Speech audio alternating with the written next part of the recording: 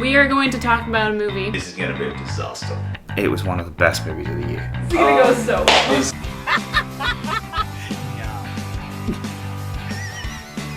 Probably one of the last movies I would ever want to see in a theater.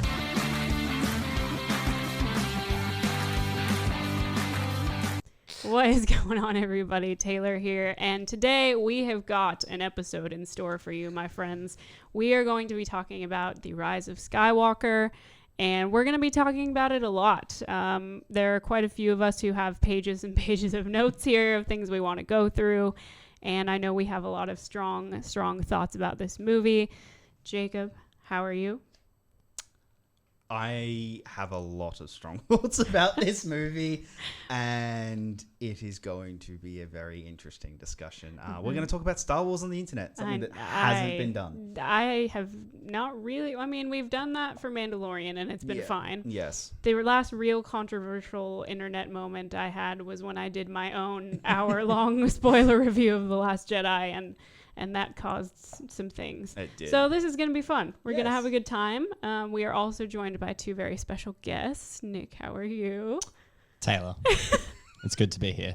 Look, with the risk of people then finding this 10 years later and saying that I compared myself to Hitler, I want to just say writing notes for this movie made me feel like a madman, almost like Hitler writing Mein Kampf. It's just a madman writing notes, pages and pages and pages. And I'm pretty sure I blacked out for about 2 hours of it. So we're here. That's all I'll say. Oh my. Well, I'm not going to argue with you in saying that scribbling down my angry notes about this film didn't feel probably what that may have felt like. I feel like that's an apt That's all I could description think about. All I could think about while doing it. for these trying times. Richard, how are you? I'm doing good. Well, thinking about this movie, it's like a whole case of, oh, I had a problem with this and this, but I still liked it. I had a problem with this and this, but I still liked it. I can understand that. I feel like there are quite a few people who have that kind of feeling where they've walked away with things they've liked, things they didn't like, and you know what? It makes for a perfect discussion material when you have that kind of reaction to a movie, because there's so much to explore. In the top of my notes here, the very first paragraph of my notes is, where the hell do I start with this movie? And that's kind of how I feel trying to go into this. Is there's really not a great place to start, because a lot of I have issues with how this story was told, but a lot of my notes are not chronological notes. They're just kind of how I feel about things as I was thinking about them. So I'm just going to start somewhere, and we can kind of work our way around it. Sounds good. My first note that I have is, I want to get this one out of the way because I do think it's a big thing for this movie, is Leia's role in this movie. Now, for a long time, we've heard that this was meant to be Leia's movie. This was really her moment with Kylo. This was her moment of wrapping up her story. And then, unfortunately, obviously, we all know we lost Carrie Fisher, and all of a sudden that became a very, very complicated thing to try and do with this movie. Now, I don't think they necessarily handled it in the best way, but I also can't completely fault them for not really knowing how to fix it once that's the story you want to tell, and then suddenly you just have to work with the footage that you have. Before I really get any more into that, I want to go ahead and open discussion on that. So with Carrie, for me, I think there's a lot about this movie that is rough. That's the one thing I'm willing to completely forgive. As you said, look, we did lose Carrie. So I'm very, very understanding of, hey, the filmmakers were in a damn near impossible situation where we have to do honor to this character, but at the same time, we want to put her in this film because they wanted to have Carrie in the last film. I mean, it's, we're doing full spoilers. Han's in this movie as well. So all three are in this movie again. It's clear that they wanted to have that all three in the film again. And so I understand being in that situation. I kind of wish they'd handled it a little bit differently. You and I were talking about it when we watched the movie, that when I first walked out, I literally turned to you guys and said, oh, no, they CGI'd her. Like that's you know, they've CGI'd her and made it look like it because it didn't look right. I've now gone, no, she's real. That's her.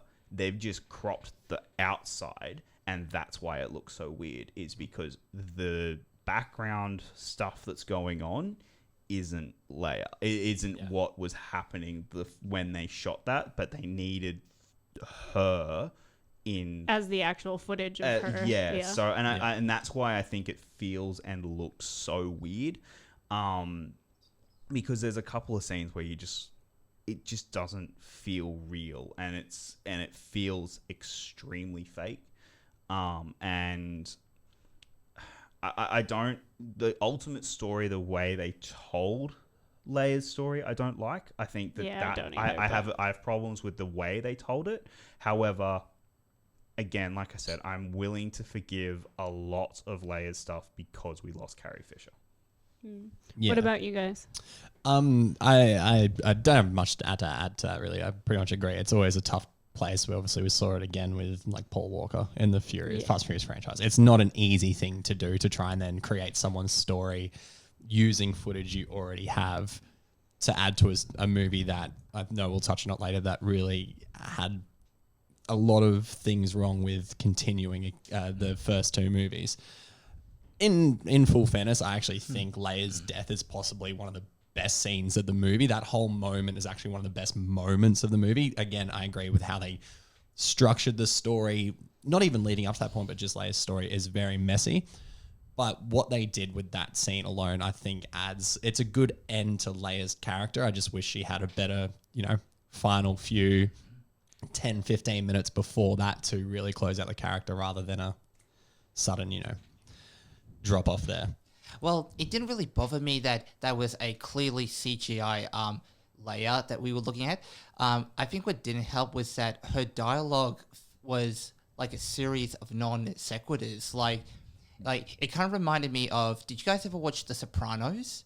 No. Okay, well, they had, in season 3, the actress who played Tony Soprano's mother died, so they had a CGI head on a body, and they just had like a series of lines that character had in previous seasons, and you can tell because they didn't really connect to what the characters were saying, and that's what it felt like I got with Leia. It just felt like line that didn't really connect organically. Well, and that plays into what you were saying, where they have her, and then the things that were happening when they filmed that around her were cut out, and then they tried to fit it into what other characters were saying to her in that moment, whether or not that's because they had to do reshoots, or because the story was different this time around, or because it is from a different movie that they were going to use at some point, or whatever the case may be.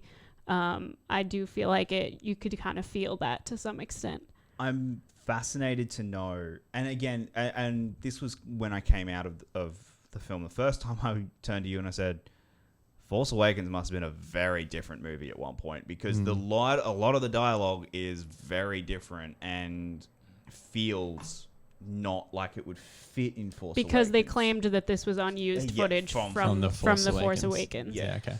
Can I sorry, what were you gonna say? No, I'm just going to say that, like, I feel as though there's a lot about this that just, it didn't gel with the movie. And my other biggest problem, I think, with them having Leia in there is, you had an out. You had the perfect out at the end, where Last Jedi ends with Leia's character.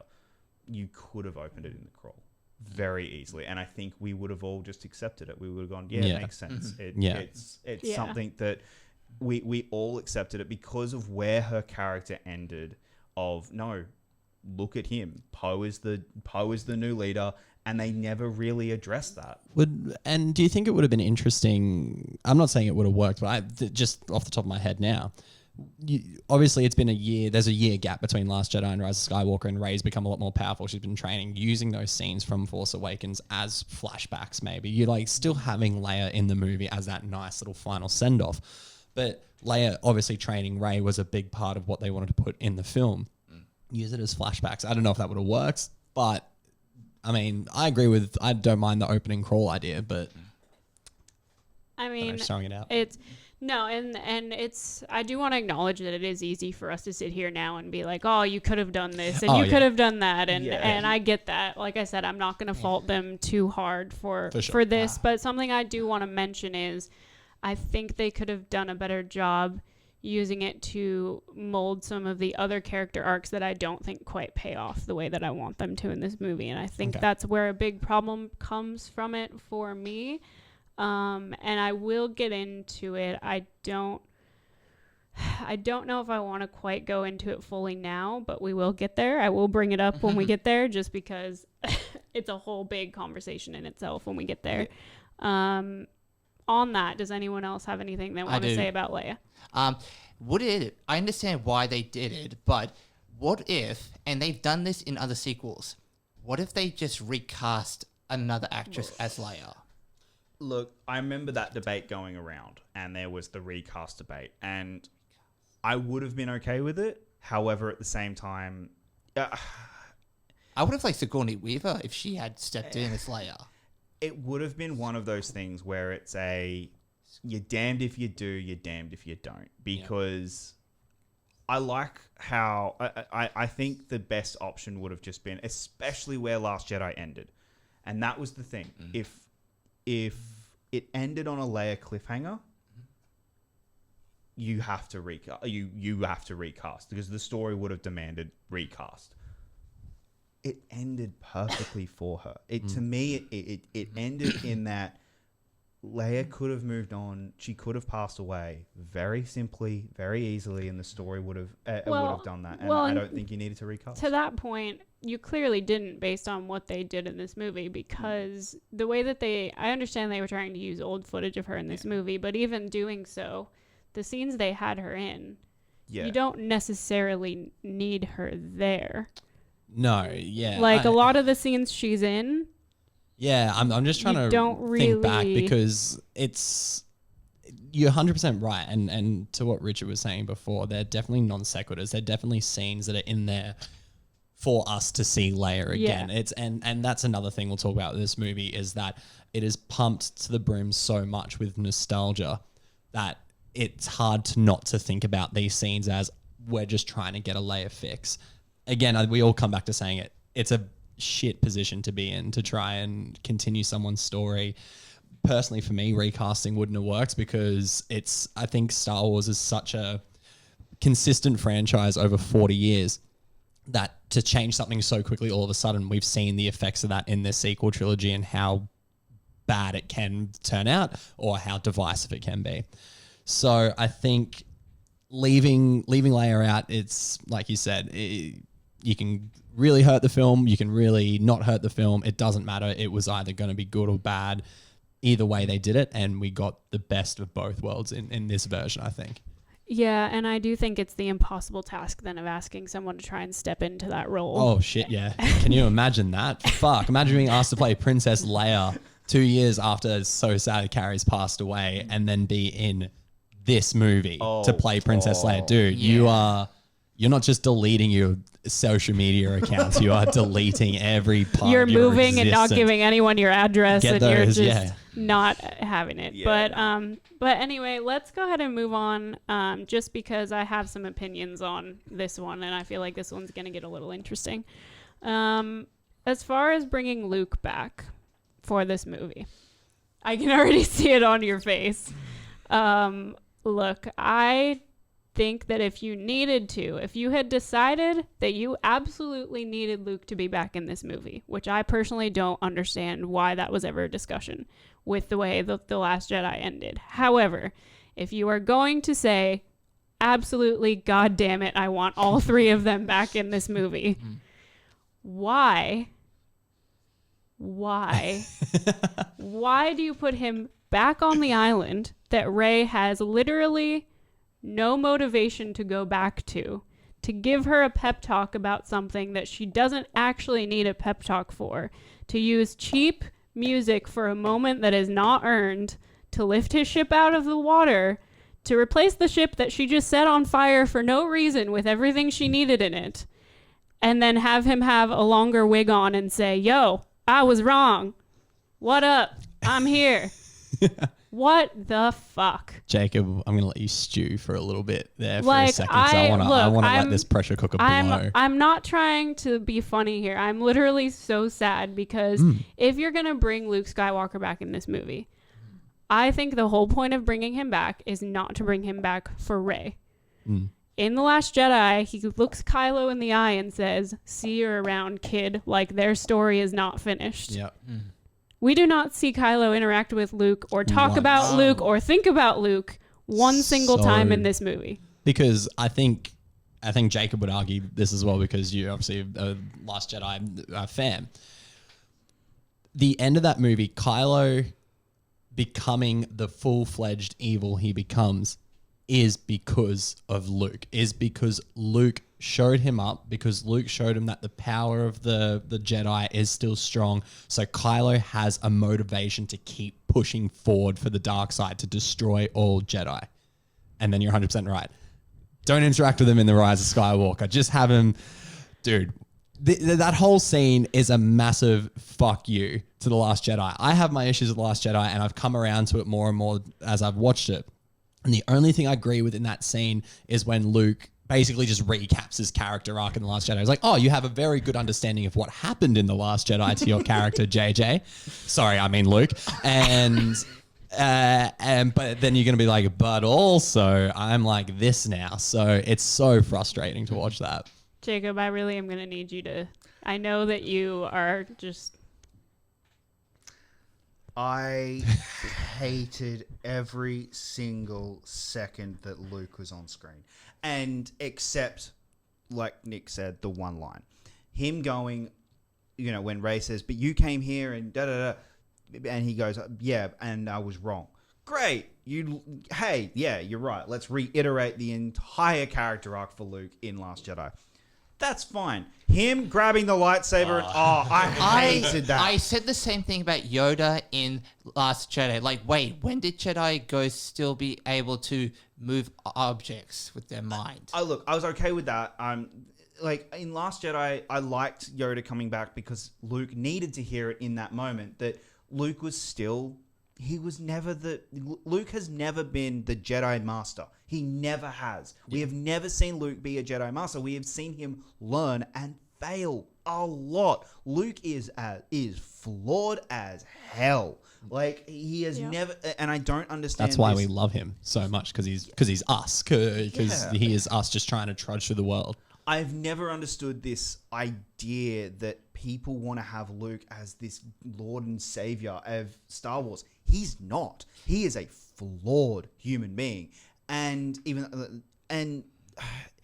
what drives me crazy about this scene was him stepping out and saying, "Oh, you should treat a Jedi's weapon with respect." I was like, that was JJ just flipping off Last Jedi, I agree. At that point in the film, it was, you have already destroyed any sense of respect for Last Jedi, and that was just the nail in the coffin. Yeah, the carrot on top of fuck you. Well, something before we just start angry ranting about Luke Skywalker, because I know it'll get there. I do want to kind of bring that around to something that I think is also important about this scene.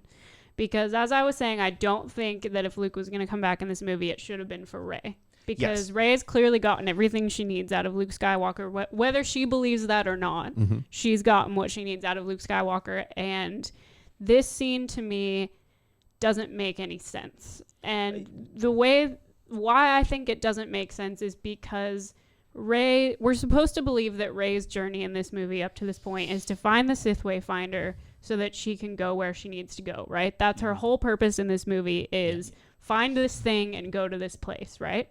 So she traverses across the galaxy, does what she needs to do to find this item that she needs to get where she needs to go. She's had some trouble along the way of actually trying to get her hands on this thing. She finally gets it through all of this struggle.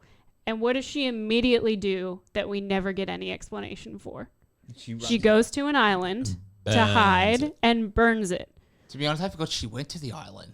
It's literally 2-3 minutes of the movie. Like, that's how But- insignificant it is to the story. That's how I feel about the movie. It's like 2-3 minutes at so many locations that I feel like they could have taken advantage of. Yeah. Going on to your point, I will just follow on from that.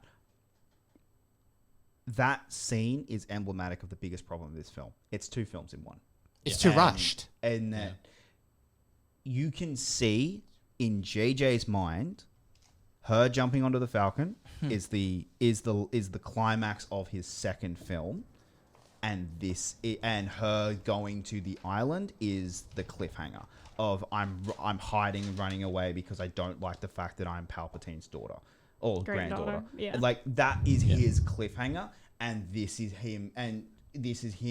her lifting for the final film. Like, and that's like, this is the opening of her lifting for the final film, and that is a problem story structure wise, because you're trying to tell 2 films in one, and it's again fully emblematic of the fact that he does not fundamentally agree with what Last Jedi did, so he's making 2 films into one to rewrite Last Jedi. And look, there are plenty of people who do not believe that's the case. There are plenty of people who watch this movie and say, no, this perfectly jives with The Last Jedi. And that's, if you believe that, that's fine. However, this is clearly a podcast of people who do not believe that that's the case. And that's what our arguments are going to be based on.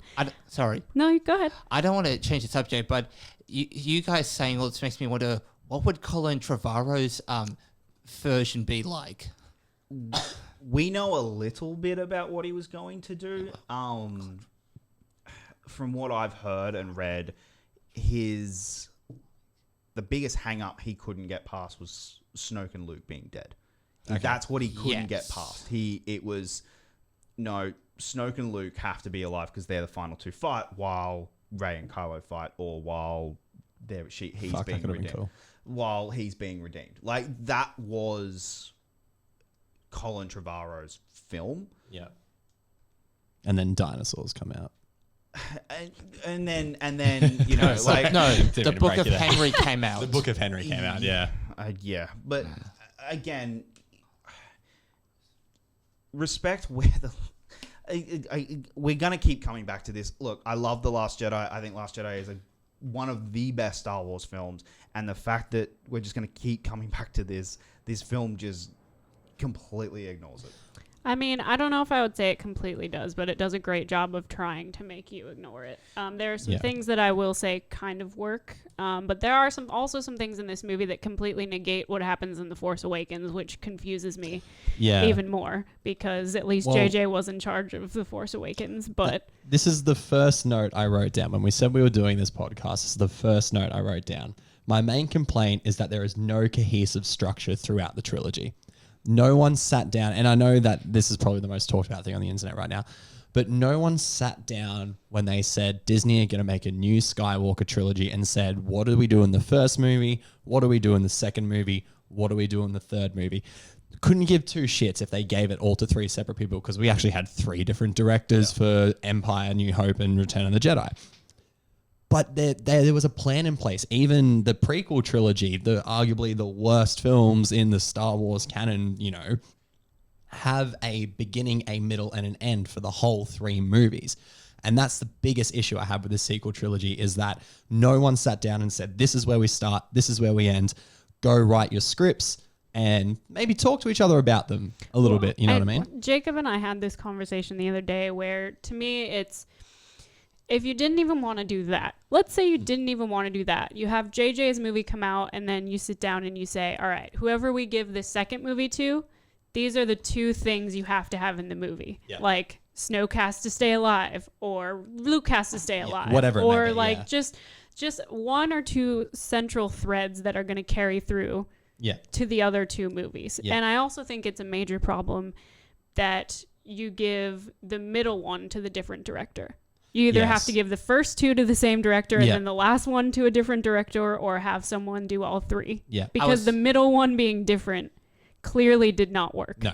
I was just saying to a friend the other day, like, as much as I may cringe at some of the acting and writing in the prequel trilogy, at least I got something out of it, like the evolution of Anakin to Darth Vader. And as much as flawed as Revenge of the Sith was, I at least get emotional watching Padme and Anakin teared apart and Padme dying and Luke and Leia being separated. I at least got emotional. That's why I didn't feel like I enjoyed the Rise of Skywalker, but I didn't feel like I got any emotional payoff. That's it. That's why the Kenobi Anakin fight is so good in Revenge of the Sith. Yeah. It's not because it looks cool, Obi-Wan's because relationship with Anakin. We've got 3 movies to build these guys up together, only for, and obviously we all knew going into it, Anakin turns into Vader. Yeah. But there was still that little bit of hope that we were like, oh, this is why it's emotional. Whereas I agree, there's very little in Rise of Skywalker that felt like a good emotional payoff for me. Look, Yeah. Sorry. No, go ahead. We'll get into this later when we talk about Kylo, but the plan for when people bring up, but the original trilogy didn't have a plan either. The difference was they had George Lucas. Like, George Lucas was involved from episode 1 to for 4, 5, and 6. Now, is there stuff in Empire or A New Hope that clearly, Lucas was wrapping up because, like, in Return of the Jedi, Lucas is clearly wrapping up the series because he's done. He's I'm done. That's why Leia is his sister. Leia wasn't gonna be his sister, but then he was like, I'm done. Leia, there we go. Yeah. Well, Luke was sorry. But that's the thing. Like, there was an idea of, here is the trilogy. This is the story we're going to tell over the 3 films. There isn't that in this. I can't. People have been saying Legacy and the failure of Legacy is the idea concept of this trilogy. It was for the first 2 films. Yeah, Legacy is not in the 3rd film. Like, it kind of is, but it's not. That's not what the 3rd film's about. Like, I don't see the cohesive storytelling that they wanted to use with this sequel trilogy, especially. And the other big difference is the original trilogy, they didn't know they were going to get 3. You knew you were giving 3 this film. Like, you knew from day one. Yeah, we are giving you 2015, 2017, 2019. All 3 films are coming out in those years. Here you knew from day dot that's what you were going to do. Yeah. And you don't have a cohesive plan. And that's just what frustrates me so much about this movie, especially because, like, I can enjoy 1 and 2, Force Awakens and Last Jedi, because while Last Jedi clearly is just, I'm taking everything that JJ did and spinning it in a way that is my own way, he doesn't ignore stuff that happens in the last film. This film feels like it ignores stuff or just goes, oh, but actually. And then that's my worst. Like, it's Spectre. It does what Spectre does. It's, I was the villain behind everything, even though that makes absolutely zero sense. And that's just it. That's the type of storytelling that I really, really, really don't like. And it just shone through in this film. And there's a lot that I do like about this film. And we will get to what I like, and I will talk about the stuff that I like. But right now, there is a lot that I don't. Well, and just jumping off of that, I did have an issue with the storytelling, as I said earlier. One of my biggest problems with the storytelling, well, I guess 2 things, since we're on this, I might as well. One of the biggest issues I have with the way that this chose to tell this story was this movie would actually make a decision I saw as bold, but it wouldn't even give you the time to sit with it before it went, just kidding. Can we actually touch on this now? Yeah. Because I've written down character deaths and moments feel less impactful. Chewie dead. Nope. C-3PO memory gone. Nope. Kylo stabbed. Nope. Rey dead. Nope. That's fucking annoying. And that's why nothing feels earned in this movie, because it does that. It literally 180s on everything without giving you enough time to stew on the emotional aspect of it. And that's one of the things that made me the most angry, because if you're going to make those choices, make those choices. Yes. When Chewie blew up, I was like, fuck. I was like, that is a bold move. And I was like, dude, stick with it. I was sad. I was like, stick with this. And then literally 2 scenes later, it's like, we have a prisoner. Well, Chewie, that's the thing that drives me crazy. It's the next scene. It's not even like 20 minutes later. Yeah, exactly. It's not when Rey finds out. It's we just find out. And it's like, Why didn't we find out when Rey finds out? And then the next scene, it's like, I can't believe I killed Chewie. He's like, well, he's fucking alive. Like, I know. It's I like, can't you even be ruined it. emotional with you anymore because I know he's not dead. Well, when Chewie died, it didn't really feel like a moment the same way when Han died. And I thought if they didn't have that fake out reveal, I would have been like, that's it. Yeah. I was on board with death. I thought I was too, just because I was like, whoa, that's a decision. Yeah, Huge. I was really impressed that you made that decision. Oh my god, like well done. I was like, And- I'm finally interested in what so- this movie's about to do. I know. Rey, and at that point, I think we all kind of suspected. Okay, she's a Palpatine. Like, Well, they were like, when oh, they're like, my yeah. damn lightning hand that I didn't know I had before. at that point, I was like, oh, this is awesome. Like, Rey killed Chewie. And Yeah. like we got like that is really bold. That sets up something she really would have to struggle through Yeah. the rest of the whole film. movie that she is killed something that not only was important to her, but was important to Han Solo, who was a big impact to her in Force Awakens. You know what I mean? So that's incredible. And I was so impressed. And then literally the next scene, we have a prisoner. And we don't even get the emotional moment of watching Rey deal with the fact that she just killed Chewie. It's, oh, no, we know he's alive. Okay. All right. And yeah, the same but thing. everything with that C-3PO. The C-3PO thing really drove me kind of insane as well because I kind of figured it was going to happen because they kept setting it up as like an easy fix. And it was in the trailer too when we get that big so you know that's coming. So it almost feels like they gave it more time to like, oh, careful, 3PO is going to have like, something oh, happen. is he going to come back? You're already sad about it, and then boom, bring him back. I don't know if I felt anything because I don't think 3PO has had that much of an impact in this trilogy. This was probably the most he's done in this movie. In this trilogy. He sorry. hasn't had an impact this trilogy, but it's C-3PO. Yeah. He's the only character in all 9 films. He's True. outside R2-D2. But like, it was. If they actually that one's the one you could have just gone. Yeah, like. Yeah. So C-3PO's memory's gone. while we're here, before we talk about these other two fake outs, because I want to talk about Kylo Ren because it really ties into these last two fake outs quite a bit. Very much so. So let's just jump into this. Pretty much all of the major problems outside of Palpatine, which we will get to because that's a whole nother big discussion in itself. Almost all of the problems I have with this movie in terms of character arc outside of Palpatine are either tied to Rey or they're tied to Kylo. Yeah. The main reason that I have an issue with it tied to Kylo is because I think it was mishandled in this movie. Whether or not you want to believe that JJ was always going to redeem him, or whether or not they all wanted to go with Johnson's vision of he was the supreme at the end of this, or whatever you think was the plan going into this, I don't think that it was handled as well as it should have been. And what I mean by that is we didn't really get to see a lot of his struggle in this movie. Yeah.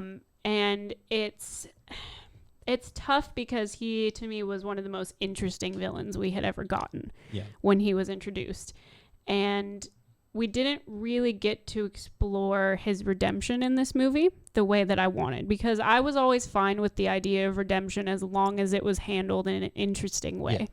And I think they got about halfway there to me. They gave us one of my favorite moments in the movie where we get to see Han with his son again. That's very well done. That was That's one incredible. that was actually a point where I did get emotional of the very few moments in this movie that actually made me emotional. It's actually kind of funny. Sorry. When we heard "Hey Kid," my mind automatically, I always went, "This could be Luke or Han." I thought it was Hayden.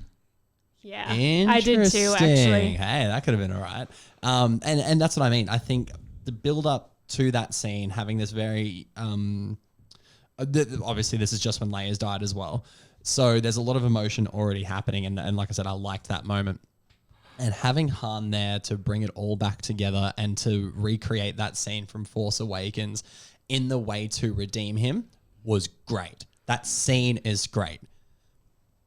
Did they build up to it enough in this movie? That's the biggest problem. My big question was, Han can't be a ghost. So is this it's just a dream? It's a memory. Yeah, he's remembering. He says that, doesn't he? Han Yeah, he says that. I'm just a memory just or your something memory, like that. Yeah, Yeah. like, and I'm okay with that. Like, he's not physically there. Kylo's just Kylo is fighting Ben in that moment. Like, Ben and Kylo are fighting each other inside Kylo's brain. Which is to Taylor's point, which is why he's such an interesting villain, because he's possibly arguably the most conflicted villain in the history of cinema, maybe. And that's why it's been so interesting to watch him grow. And that's why it was very interesting at the end of Last Jedi, where he's chosen evil, because you're like, okay, that's cool. We've actually got an end to the conflict. Let's sort of watch how that plays out in Rise of Skywalker. And we just don't get that.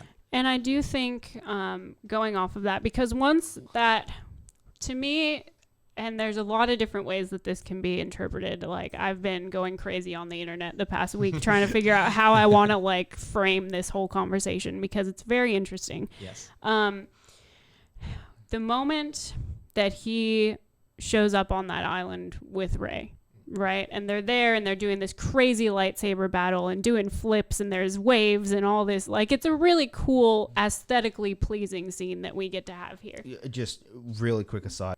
I just want to mention like one thing that I liked, and that was the fact that this movie is visually gorgeous.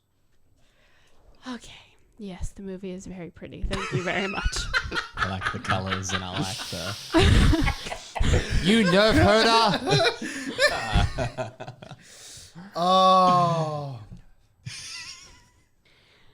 They're having this really cool lightsaber battle, right? And it's really cool and it looks the way that it's supposed to. It's that scene in a Star Wars movie where you have the cool tension and there's the battle and there's waves going on and it's just this crazy spectacle of a moment. It reminds me a lot of the throne scene that we got in the previous movie, where it's supposed to be that moment.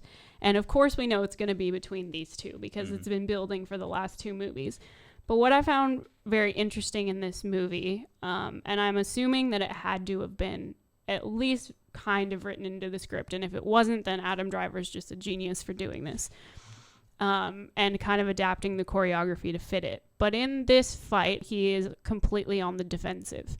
Not one time when she's out of breath or when she could be slain down does he go for her. He definitely gets He the blocks. chance towards the end too. When he tries to, he's sort of like, I'm gonna kill you. He blocks or he waits or he does something where it's always a defensive move. Yeah. And I feel like it's such a moment where you really do get to see Ben and Kylo kind of fighting internally, because clearly he said his mission this whole movie was to either kill her or get her to take his hand. And we've seen that she won't take his hand, right? We've seen her struggle with it. The logic is... And so the logic is he should kill her, right? Yeah. Because clearly she's still not taking his hand, but he won't kill her. And I just thought it was so interesting that even in this big climactic kind of fight... That's still happening. He's not being the aggressive. Like, he's kind of letting her get her anger out almost. Yeah. And coming after wearing him. her down so he can be like, now do you want to come take my hand? Almost like that. And then when she's the one that finally is the one to break it, and she stabs him and she fatally wounds him and she feels Leia go. Like, that is the last thing that's holding on to Leia in that moment. Yeah. To keeping her there. Yeah. And she feels it. Which is brilliant. Awesome scene. That was one so of... well done. That I never was thought of it that way.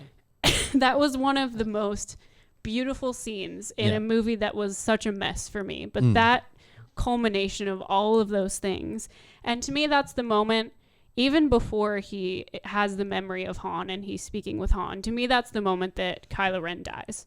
Yeah. Okay. She stabs him and he thinks he's going to die. Yeah. But he's made his choice because he didn't kill her, right? Yeah. He had the chance, and he's clearly clearly in that moment the more powerful one. He could easily take her down in that moment. I 100% agree with what you said there. Yeah, and I just think that it's such an interesting character moment that I wish we would have gotten more of with Ben Solo, because in that moment you're really seeing part of Ben Solo. And that's the next biggest issue, is that he goes from that scene to literally the end scene where he then is running into Exegor and being like, I'm saving the day now. So it's like, we don't see, you're right. We don't see him stew on that. We don't see him be like, reflecting almost. Like, if he had a bit of a reflection moment, it's like, I can't believe all this stuff. Like, this is what I have to do to make it right. It's like, I have to go and sacrifice myself to the Emperor to help Rey because it's what my mum and my dad and all the Jedi would want it. You know what I mean? But we don't get that moment. And I mean, to me, it's almost enough. His moment with Han is almost enough. Almost. It's almost enough, but we just don't spend enough time. We spend too much time going from, point A to point B. We have to find the Sith Wayfinder. We have to do this. We have to go to this planet. Wayfinder, the fucking MacGuffin, dude. I know, Holy I know. shit. So there's that point, and that fake out to me, I'm actually okay with because it gives Ben his moment to have his redemption, right? Yeah. It gives him his moment where he gets fatally stabbed. Yeah, where he gets stabbed, and that's his moment to say, shit, I'm getting another chance here. Okay. Like I should have there's no reason to believe he's not going to die in that moment, right? No, in his no, mind, that's it. He's dying. That's the end of it. I also think that's the, there's an actual emotional reason for bringing him back. Right. In that Yeah, moment. for sure. Whereas in That the other actually two, pays off the story. Yeah, exactly. Yeah. Whereas in the other two, make no sense. I think that's what the other two, what probably made me angry, to be fair, in that is that leading up to that, and it's not that, like you said, that is a completely fair take on it, and I agree with you there, but it comes back to what I wrote, is like, they feel less impactful by that point. Because it's already been done. Because it's already been done twice. Yeah. And then leading up to the other moment, because there is another big one that they reverse at the end, and I have a problem with it, not because of the reason that a lot of people probably have a problem with it. But at the end of the movie, we get to the point where they're both fighting Palpatine together. One of the coolest moments I've ever seen is them both having the blue lightsabers just ready to fucking I was so stoked about it. I was like, I don't care if this is a cheap moment. I really love it. Like them standing next to each other with blue lightsabers makes me so happy. That's the whole point. It's supposed to be cool. You're supposed to have that uplifting, like if it felt a little bit more earned, it could have possibly gone down as one of the best Star Wars moments ever. Like that's what it was set up to be, for sure. So we have that moment, and then all of a sudden we get to this point. Ben goes over the cliff, and Rey is dead. Yeah, he got fucking thrown down. He got fucking destroyed. I was like, how did he come back? I was like, that was incredible. But so he had plot armor. Let's be real. So this moment happens, right? He comes back, and I personally love this moment because he obviously would have never experienced something like with what Rey has done to him, right? Where she brings him back from the dead. That's not really something. No, not brings him back from the dead, but essentially brings him back from the dead. Transference of force power. Yeah, so he's seen this happen. It's happened to him before. He obviously is like, you know what? I don't know what the hell I'm doing here, but she did it to me. So let's just let's just go for it and hope to God, hope to the universe that she comes back. That's what I like about that moment, is that he's actually uncertain when he puts his hand on. He's like, I don't know if this is going to work, and I like that. And I really love that moment. I think that moment is so great and so perfect. And the only thing that ruins it for me then is all of a sudden he has to die again for no reason. But why? Why did you go through all of this trouble of all of these fake outs and this redemption? Then all of a sudden there's no payoff, right? He dies, and then she doesn't really have much of a reaction. We never It was his smile in that bit is what got me. I think we're gonna reverse here, because then I was like, him dying, I was like, that closes out Kylo's story a little cheaply, but I'm glad it's got closure. He again, it's the issue with building up to it. That moment would have felt super earned if we had those few extra scenes in between of him going, this is what I need to do to make things right. And then him becoming completely one with the light side of the Force, just like every other great Jedi has done before, and the absolute selfless act of giving over his Force power to bring Rey back to life. If he dies in that moment, that's okay to me, but it just doesn't feel earned. But it's that smile. When he smiles, it's 100% right. It's like, no one has ever done this for me before. Yeah. And I finally feel like he's 100% Ben Solo at that point. And that's nice. It is. It's really nice. And I think that's the reason that I hate it so much. Yeah. Just because of me. That phrasing was really... I hate nice things. No, but because it cheapens... I'm probably just wrong, but whatever. It cheapens his death to me because he gets that one moment that we've ever seen where he gets to be happy and gets to be Ben Solo, and it cheapens it because we don't get to really see him struggle with it. Yep. We don't get to see either he has to atone for what he's done and try to figure out how to fit back into a society. Yep. We don't get to see him struggle at all with the light side it's after so crossing over to it. And I think ending his life at that point just kind of goes, well, his story wasn't really, like, it didn't matter that much. Yeah. Like, it's like, he's come to the light side, so it's fine. Like, to me, it just wasn't fully fleshed out for him as Ben Solo. I think Ben Solo got robbed in these movies because all of a sudden, you're right, we see him cross over to the light side. I think you and I have a little bit of different opinions on if the buildup was there or not for his reasoning behind what he does, and we'll get into that. But I just think that it was such a missed opportunity for Star Wars to actually be, okay, someone has come back from the dark side that we were fully convinced was going to be all dark side always, and that was going to be his downfall, like it has for those before him. Yeah. And he's come to the light side, and that's it. And now he dies, and he doesn't have to atone for anything. He doesn't have to struggle through anything. Yeah. He doesn't have to. Could you argue the same thing happened with Vader then? I think I'm playing more like devil's advocate here. And I get you, and you are right. There is a huge, this is what I wanted to get into when we talked about Kylo. There is a huge difference between Vader and Kylo, and this is for sure. And my biggest reasoning is what each trilogy is meant to be about. Yeah. Middle trilogy, the story is about the most evil of evil guy, except one man can see the light in him. Yeah. The prequel trilogy is about, and story-wise, what they wanted to do versus what they did because of bad writing. The prequel trilogy is about the best of the best man being turned to the dark side. Yep. That is, Anakin, if in George Lucas's mind, and in, you watch Clone Wars, you watch any of these other supplementary material, Anakin Skywalker is the best of the best. He is meant to be the most goody two-shoes person in the entire world. He is better than Obi-Wan, even. Yeah. Like, he is a better man than Obi-Wan, and he got turned. Yeah. And that's the shock, is the best of the best got turned. Which, unfortunately, due to bad writing in the prequels, you don't really get that story fully, because he's kind of a rebel and he kind of does bad things. Yeah. And he goes against what? Yeah. But this trilogy, what I felt this trilogy was going to be about, is the guy everyone can see be redeemed doesn't, because like everyone is trying to redeem Kylo Ren and constantly trying to redeem him. He is given multiple opportunities through the films. Han tries to redeem him. Rey tries to redeem him. We get multiple scenes of him trying to be redeemed, and every single time he doesn't, because he is the villain of this trilogy. Yep. That's ultimately not what they went with. All right, fair enough. Look, in the reaction to this trailer, I said there were 3 things I didn't want.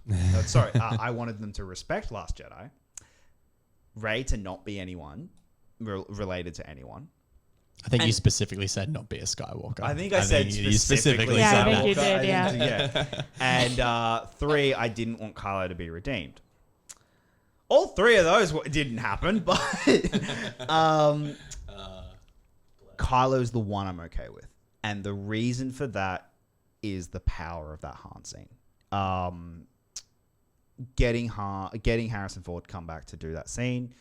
Look, obviously it was meant to be Carrie. It was that Carrie. It was Leia was going to die, force projecting herself in that scene to talk to Kylo. Yeah. At least I think that's what they were going to do. I mean, that's what it feels like it was supposed to be. Yeah, because Harrison Ford was not coming back to these movies. No. Like that scene definitely also feels like Harrison coming back as a favor to Carrie. Yeah, it does. It really felt like as that. a respect for Carrie, I'll come back. And I'm completely okay with that because he nailed it again. He was so good. He was like, so good. He actually came to like show up to this Oh movie. god, yeah, absolutely. Yeah, the impact of that scene is phenomenal, and I can completely understand because then obviously Leia at the beginning of the scene has that.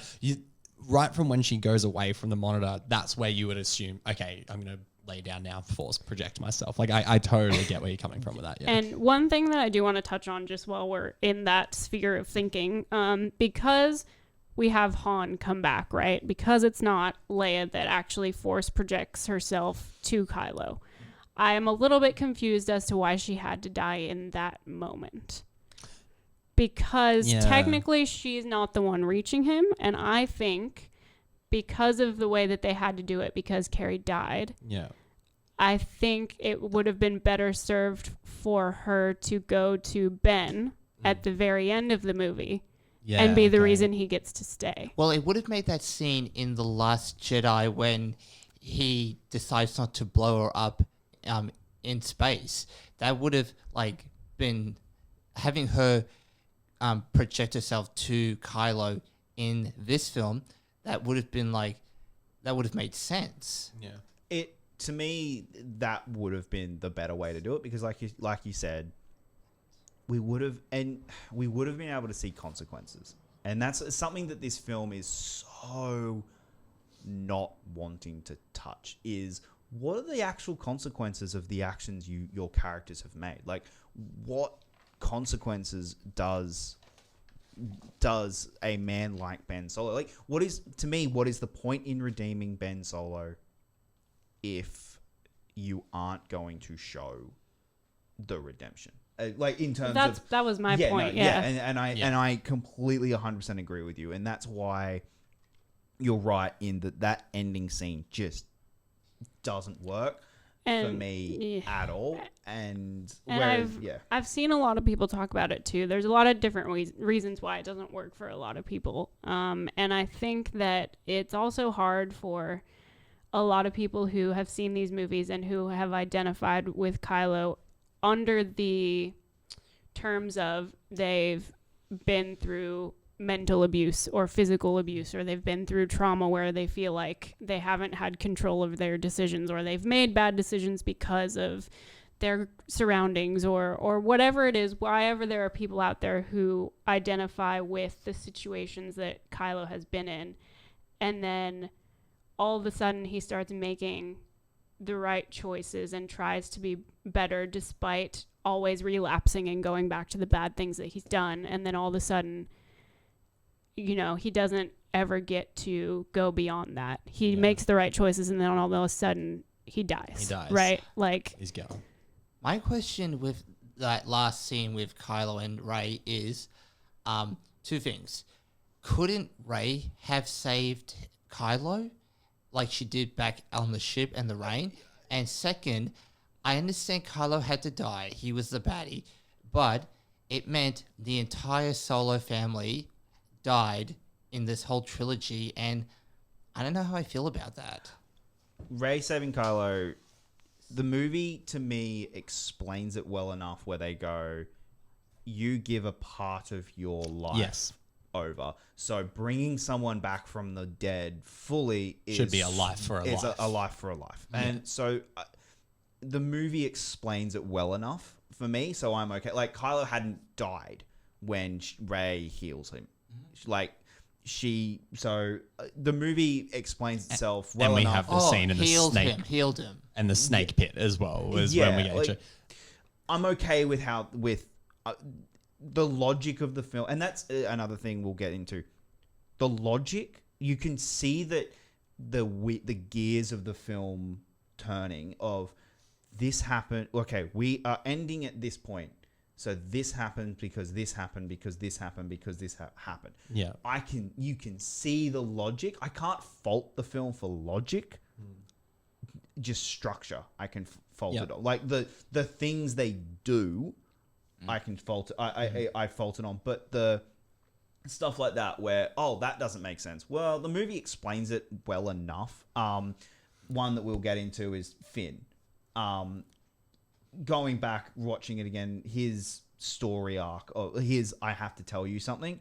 The film does sprinkle the fact that Yeah. he's probably force sensitive enough to there where you go, okay, He's force sensitive. That's what he was trying to tell Rey. Yeah. I believe that when people afterwards say, you know, yeah, he's force sensitive. The other, another one like Lando, okay, that's pushing it a little bit. Like there's things that I can't really fault it on, but that going back to that's one that the film enough explains it.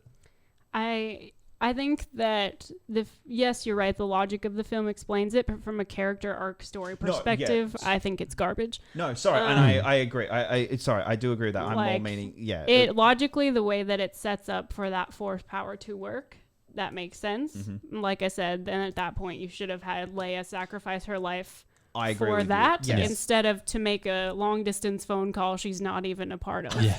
Like, Yeah, because it's a very good way of putting it, because that's ultimately what it is, because there's no real payoff to that. The payoff is the wrong word. There's no real like moment in there where you go, oh, wait, Leia is there, because all he does is turn around and he drops his lightsaber. And then you're like, oh, Leia's going to be there. It's like, nah, yeet, here's a fucking lightsaber in your stomach, and here's Han Solo. Yeah. You know what I mean? So I get what you mean. It's great moments that seem to be like stuck together with like putty rather than glue. So like they're all sort of sliding around a bit too much and not staying together like it should. Yeah. Well, we're gonna bring up a really big part of this movie now, because we're almost at an hour already of talking about this movie, and we still have only 7 hours to go. I know, guys. When did Finn become force sensitive? There's like an alluding factor even in The Force Awakens that he is force sensitive. So it's something that gets alluded to a lot, but no one ever really brings it up. We were talking about this earlier before we came in with Broom Boy at the end of Last Jedi. There's an assumption now that there are more force sensitive people in the world, so in the galaxy. And yeah, so there's I think they could have done a better job of handling him wanting to talk to Rey about that, because it still does, even with all the alluding, it still very much feels even when like he's about to get executed and Poe's like, tell me, he's like, nah. He's like, we're about to fucking die. And he's like, nah. but Don't want to make you jealous, Popo. I'd be like, I'd rather die than have you know that I'm force sensitive and you're not. It's like, you're force sensitive, fucking get the guns out of their hands or something. Oh wait, no, Hux is a spy. Oh, fuck that. Anyway, sorry. But that was very vicious. I'm sorry. We'll get to Hux and the spy later. I got very angry about that. We'll get there. But I do agree. Like, I just don't like the way that suddenly, like, it has to be that big of a secret that even under several life or death situations, he's not going to say anything about it. He's like, I don't want to scare anyone. It's like, you know what? No, just use it, baby. Become one. Anyway. Sorry. Anyway. So much. We'll get back to Finn, because I have more to say about him later. But the first thing that we need to talk about this. All right. Like we Elephant in the room. just need to talk about the fact that for some reason they decided that Palpatine needed to be the center of this movie and everything needed to be written around him when it never was for the past two movies, right? Well, the other trilogies, they always introduce a new baddie in the third film, but yeah, I thought, could they have done that with Rise of Skywalker? Not to the extent of, like, so for the third film of Revenge of the Sith, it's General Grievous, but he's sort of like the Darth Maul. He's not the center of everything. He's just the bad guy. With Return of the Jedi, it's the Emperor. It's Emperor And Chopper. Well, if you count him as a baddie. Yeah, and then Rise of Skywalker, it's the Emperor again, but like you said, without any build up in the first two films. Initially, when they started to bring it back, I was like, I can believe it, because like he's the most powerful being in the universe. And then the way it was handled, because they were just like, why is he here? Yeah, cause. And I was just like, fuck you then. Like, sorry for investing into like an awesome character, an awesome villain, only for you to be like, oh, he's here because you guys like him. It's like, we don't like that. Well, and my biggest problem still is they did explain why Palpatine's there, but they did the shittiest job I've ever seen in my whole life. Is what I'm they were like, yes, he has a son that you've literally never heard of that somehow has hid from him in this galaxy. And then they had a granddaughter. He has a granddaughter, and the planet that he somehow didn't know her parents were hiding on for all these years, and took them from. She's on that planet, but he couldn't sense her or find her or What? can I He's just the go? most powerful being in the galaxy. Can I just go What? one sec? What I love about that scene so much is we just grabbed we just grabbed the two from this planet, and you can see the ship going. Where is your daughter? Definitely not on the planet. What you just grabbed us Not from. the girl that was Yeah. just screaming after you from the ship that they're on. And she's not like hidden away. She's in the desert being like, Mom, Dad, come back. And they're like, oh, damn, we couldn't find that little girl. And then the parents are like, she's not on Jakku anymore. And they're like, okay, well, we'll search the whole galaxy to find her then, but definitely not Jakku. We're definitely not going to go back there. Did you guys watch? This reminds me of something off topic, but it does relate to what you're saying. Did you ever watch when Jon Stewart interviewed George Lucas? He asked him, why couldn't Palpatine send Luke on planet Tatooine? I've never seen this, actually. No. Yeah, it's like the Emperor couldn't sense him. He's the most powerful man in the world. It's just. Can I take a 2-minute detour? Yeah, sure. Oh, we're let's do it. going there. Oh, God, I know what this is.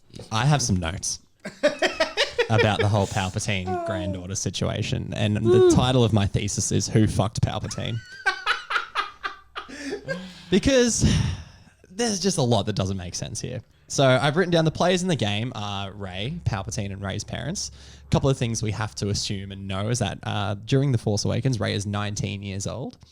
And we're assuming that her parents were about 30 when they left Jakku, so Rey would have been 5. Now, for those who don't follow Star Wars universe, the time structure, like in what we have in modern times, we have like before Christ and after whatever it is, so BC AD. In Star Wars, they have the Battle of Yavin, so that's like the pinnacle center point of things. So it's called BBY or ABY for after the Battle of Yavin. So The Force Awakens takes place in 34 ABY after the Battle of Yavin, which means Rey's parents would have been taken from Jakku in 20 after Battle of Yavin, which means Rey was born on the year 15, right? Which means her parents would have been born a couple of years before that, which means... Oh, no. And Palpatine was born in the year 84 before the Battle of Yavin. Which by my math means Palpatine would have had to have been at least minimum 74 years old to fuck someone to make his son for Rey to be the granddaughter of Palpatine. Now, love is love. I'm not against anyone who you know may have love for an old, but this is after he's been electrocuted and turned into the Emperor, right? So I'm going to say there's going to be very few limited people who looks at a face like that and goes, I'd like to make children with that. Or at maybe 74. There is not a lot of... We were talking about the logic structure of this film, right? Oh, yeah. Where is the logic in fucking Palpatine being the granddad of Rey? I will. Where is it? I will completely just take away everything I said about logic whenever it comes to Palpatine, because there's no fucking logic in that. Nothing whatsoever. Palpatine in this movie makes zero sense other than the fact that crap, Snoke died. We need to do something. I think I've killed Taylor. I'm very Maybe sorry. I can believe pre-electrocuted Palpatine getting a chick, but post-electrocuted Palpatine, no. Or maybe He would have had to been getting some while we still saw him in those movies.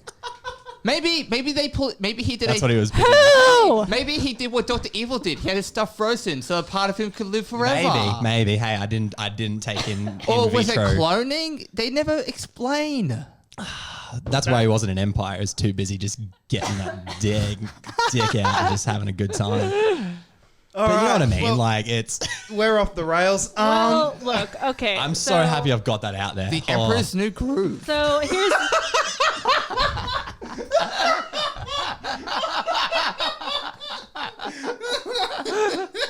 Taylor's done. Taylor's traumatized right now. She can never watch that movie ever again.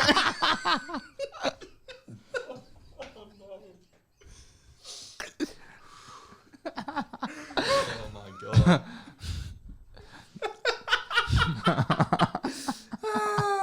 I can see Taylor's face on the monitor. Let's bring it. Let's bring it back.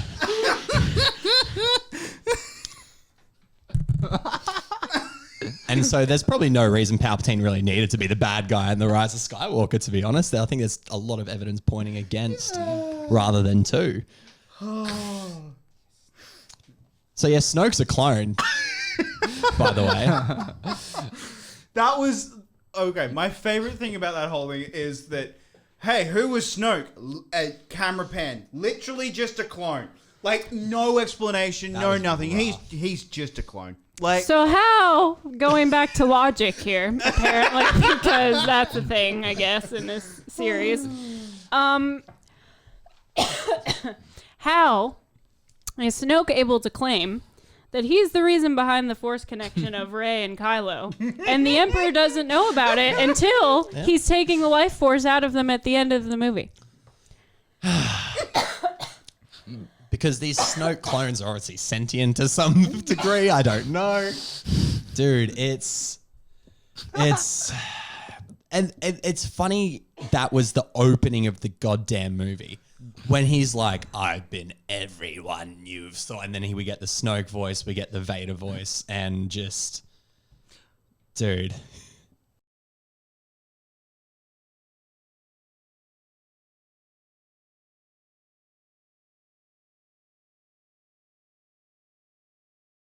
So, going back to Palpatine, for some reason, we're still going to talk about this. There's a lot to talk about with this. I think that if you were going to use Palpatine as the centerpiece of this movie, right, and write your story around him, I think you really needed to spend more time on it. And I know that sounds silly, and it sounds like an easy suggestion, but we don't really see Rey struggle with the fact that she's supposedly a Palpatine in this movie. In terms of what's going on in her mind. Does she believe this? Does she not believe this? Is there a struggle where she wants to fight it, where she wants to give into it? We don't really see where she personally stands in a lot of this movie. Yeah, and again, I think that comes from the fact that this is two films. This is two films in one. We were meant to have the 2-year stew on, you know, how is she going to handle the fact that she's a Palpatine? They were literally ending the film with the Vader reveal of, you know, oh, is she a Vader? Like, we never even get the confirmation that it's, oh no, it's true. Like, it's just, oh, it's believed. It's true. It's 100% true. Like, well, that's my other thing is they don't really bring it up as like, like I just said, does she believe it? Yeah. Because they try to give us this BS line. I'm pretty sure Luke says it, that Leia has known about it all along. Oh, yeah. And just hasn't said anything. Yeah. And Luke as well. Yeah. Which means obviously Luke has known about it this whole time. Oh, we all knew it. We never said anything, and we still trained you because and it's meant to be like an uplifting thing. Because it worked out so well when Luke tried to train Kylo or Ben Solo, and he turns Kylo. You know what I mean? Like, but it's the way that it's played out is they weren't even worried about it. Yeah, no, it's meant to be a good thing. Like, it's this uplifting thing of, no, we knew about it. We just didn't tell you because secret. I don't know why we didn't just tell you the fact, hey, you know, here's some trauma issues that you're going to have to deal with.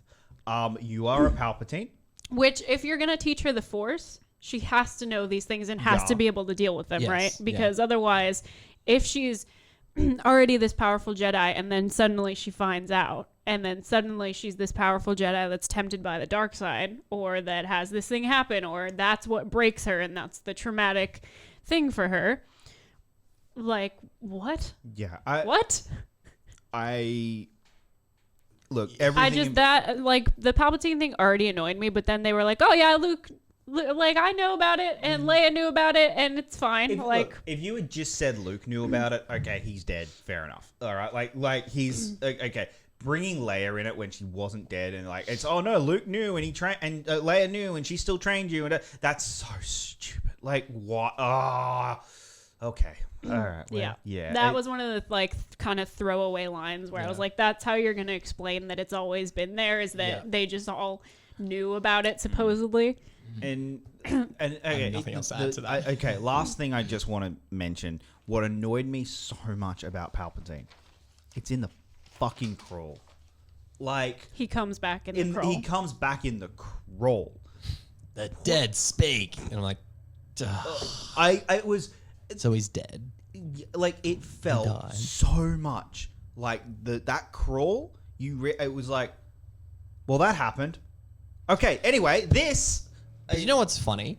It works in The Force Awakens when we see Luke Skywalker has disappeared. We go, oh shit, where is he? But that's interesting. That's what I mean. Like it's complete. Like it's that the exact gives same you, sort of thing. It gives you a question instead of giving you an answer. An answer.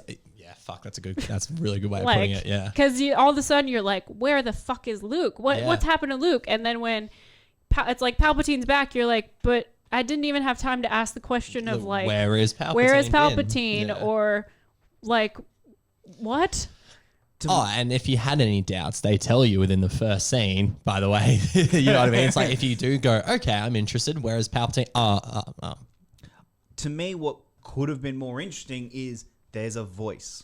Just don't even just do it's Emperor Palpatine. Just go, there's a voice. Broadcasting across the galaxy. That Kylo Ren is now seeking out. Yeah. Just that's how you do it. It's build the suspense. Like we all knew it was Palpatine, but you still want that reason to be curious. Yeah, absolutely. Like, I just anyway, like it's things like that. And again, we can get into this in overall thoughts about the film, but that Palpatine is the one element of this movie where I think if you stripped it out, you'd have to obviously change a lot of the structure of the film and change a lot of the film. But if you stripped out Palpatine, you fix a ton of problems that this film has. Yeah. And at least for me, because the annoyance of making Rey a Palpatine is it makes her character less interesting.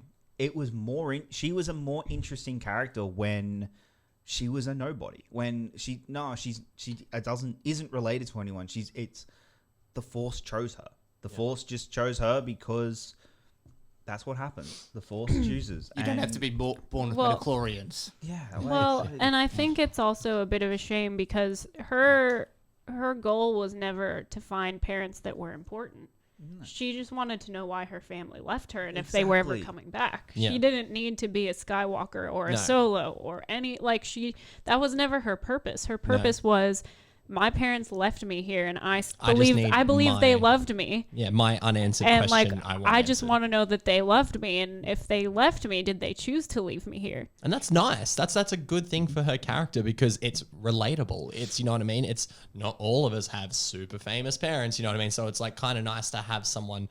It's the exact same reason for Luke, why we like him so much in New Hope and Empire. We still like him after the reveal that he's Vader's son, but that's why we gravitate to Luke so much because he is just an everyday person, but with Force powers. Again, reading something where Terrio was saying, "Oh no, the worst thing that she could have heard was that no, she's related to someone evil." But no, it's not. The worst thing she could have heard was they didn't love you. They left you. They just left you because there was no reason for it. Yeah, really, they were they just left. Yeah, they just didn't left. want and you. That's the worst thing she could hear.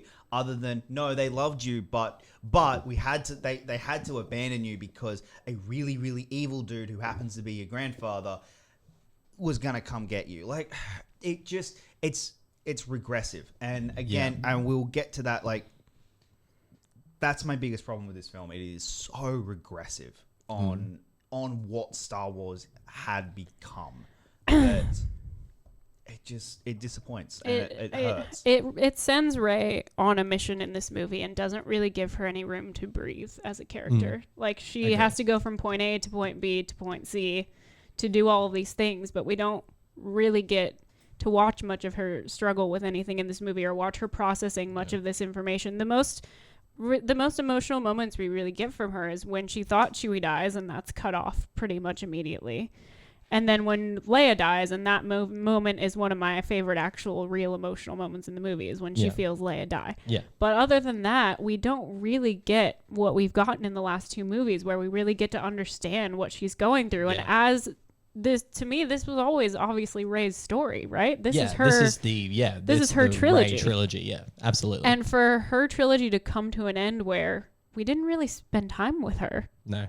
which comes to Jacob, like we've all said it, to be honest, it's 2 movies in one. Everything feels so rushed. They tried to pack so much in to 2 hours and 20 minutes that not even that Rey as a character doesn't get to breathe and take things in, we don't get to. And that's why everything feels unearned, because as soon as we're given some information, we're just given 10 other things plopped on top of that we have to also take in. So it's really frustrating to watch.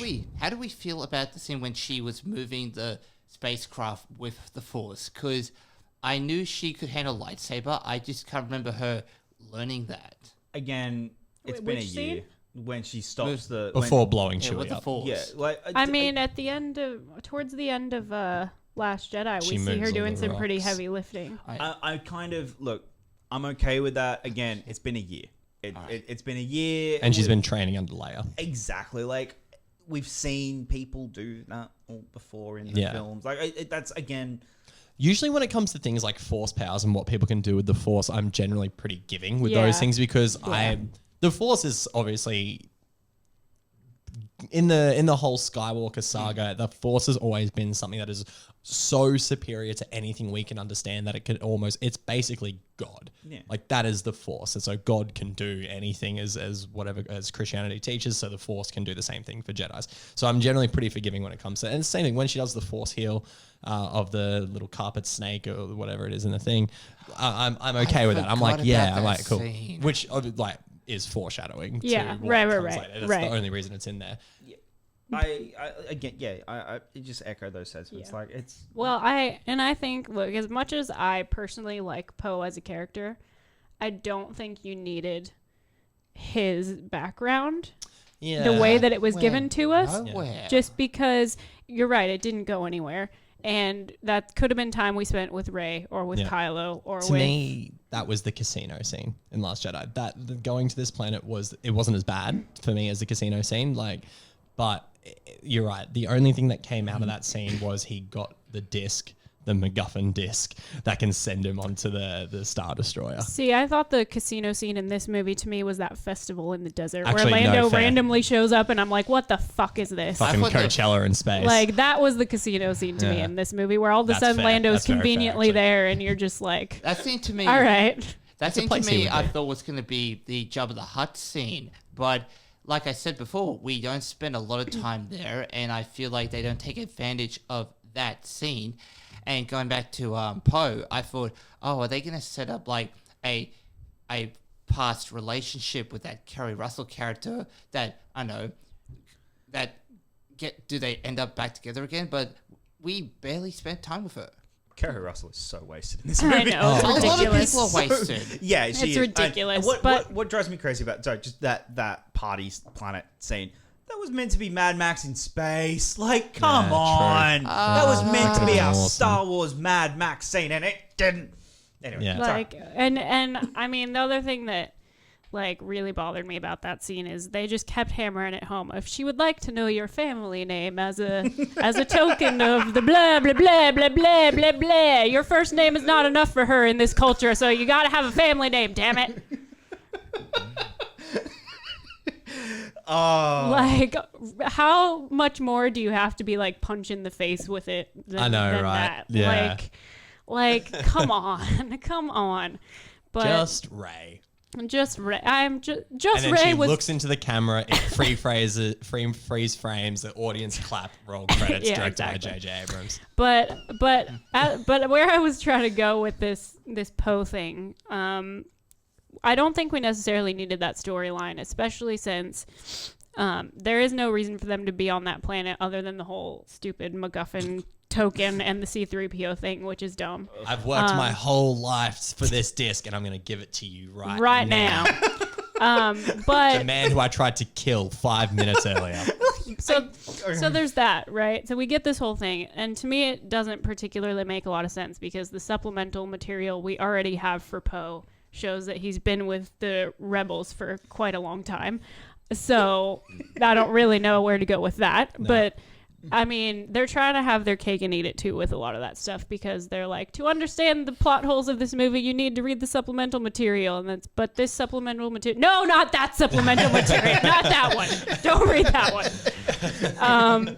That's just how I feel about that whole stance of you got to do homework to understand. I swear Lucasfilm, like Disney's Lucasfilm, have like one person who sits in an office all day and reads all expanded universe Star Wars stuff and goes, oh shit, well, this is not canon anymore. Quick, tweet that out. No, this is canon now. Quick, tweet that out. Wait, take that back real good. Like, I swear that is someone there just going like, hey guys, just let me armor-proof this script for you so I can put it out on Twitter to make sure everyone knows what and what is not canon. This is the new reading list of what's canon. Legit, yeah. It changes every There movie. is, and his name is Pablo Hidalgo. Yeah. But anyway, we keep just going off the rails here, which is fine. But something else I want to bring up that's been kind of a big thing for a lot of people, understandably, is the complete sidelining of Rose for no reason. She is the one character in these movies that consistently takes to the call for adventure, right? I thought she died at the end of Last Jedi. No. She sacrificed, or she goes to sacrifice herself to save Finn. They both survive and they kiss. Yeah. Not that you would know if you watched this movie.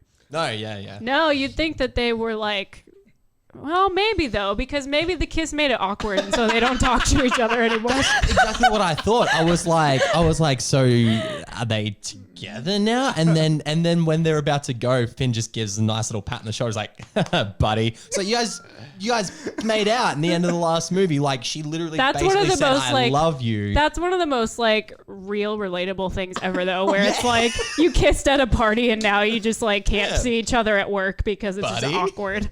Just the shoulder pat, 1, 2. You saved the animals. But she's like, oh, I can't go because Leia just needs me here. Yeah, I've just got these orders all of a sudden. Randomly, Leia, out of all the like scientists and engineers and linguists and everyone here, all of a sudden I'm just. But imagine being Kelly Marie Tran. Yeah. Imagine that. Like, you've gone through so much shit in The Last Jedi. Yeah. Then to have the company you work for and the writer and director of this new movie go, oh yeah, we're going to agree with the people who didn't like you in this and we're just going to put you here. Yeah. But where did you want the character to go? She's the storm. She becomes, what's her name on the Death Star planet? The stormtrooper. The girl? stormtrooper lady. That's who she becomes. Oh, Phasma. No, like the one who the one who's Lando's daughter. Yeah. The horse She's people. Her. That is her role, or she is Dominic's character. Dominic Monaghan. Yeah, who's or why can't she just go with them to Poe's planet? Why does she have to take the place of somebody else? Like, why can't she just be there? Yeah. Like, bad writing. But that's what planning, I mean. Like, she doesn't have to take the place of another character, but you also don't have to introduce Kerry Russell, and you don't have to introduce this new Stormtrooper character, and you don't have to introduce Dominic Monaghan, and you don't have to because she's there on Exegor at the end with everyone else. That's what I'm saying. You know what I mean? She's like, there. She. No matter what they did with her character throughout the movie, like if they did everything she would have ended up in the same place. So what is the risk of doing that? Apart from pissing off a few fucking toxic C words on Twitter. Or, you know what I mean? Or they didn't have to introduce the Jana character. Yeah, that's who we're talking about. The horse lady. Yeah. Horse lady. Yeah. Yeah. Horse. I didn't know her name was Jana. Yeah. That could have easily been Rose, well, I guess. and not even like that to me is a whole nother wasted opportunity because you have this moment, right? And Finn has gone through so much since we met him in The Force Awakens. He's gone through such a character development in terms of he was a stormtrooper and now he is working so hard for the Resistance, and he has completely just gone through this, that he has this family now and he has all these friends and he feels important, and it's really great. And then you get this scene where he realizes there are other stormtroopers that have defected. He's not the only one that's done it. There's a whole company at the very least that's also done it.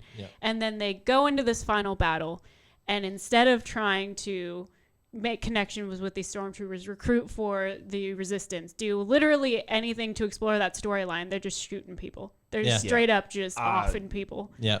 Like, I get that it's a war, but you could have done something. It's a war where so many pivotal people die that you're just like, isn't there there's other soldiers here, right? Like, we're so used to watching sort of NPC sort of characters get killed off to add to like an emotional levity.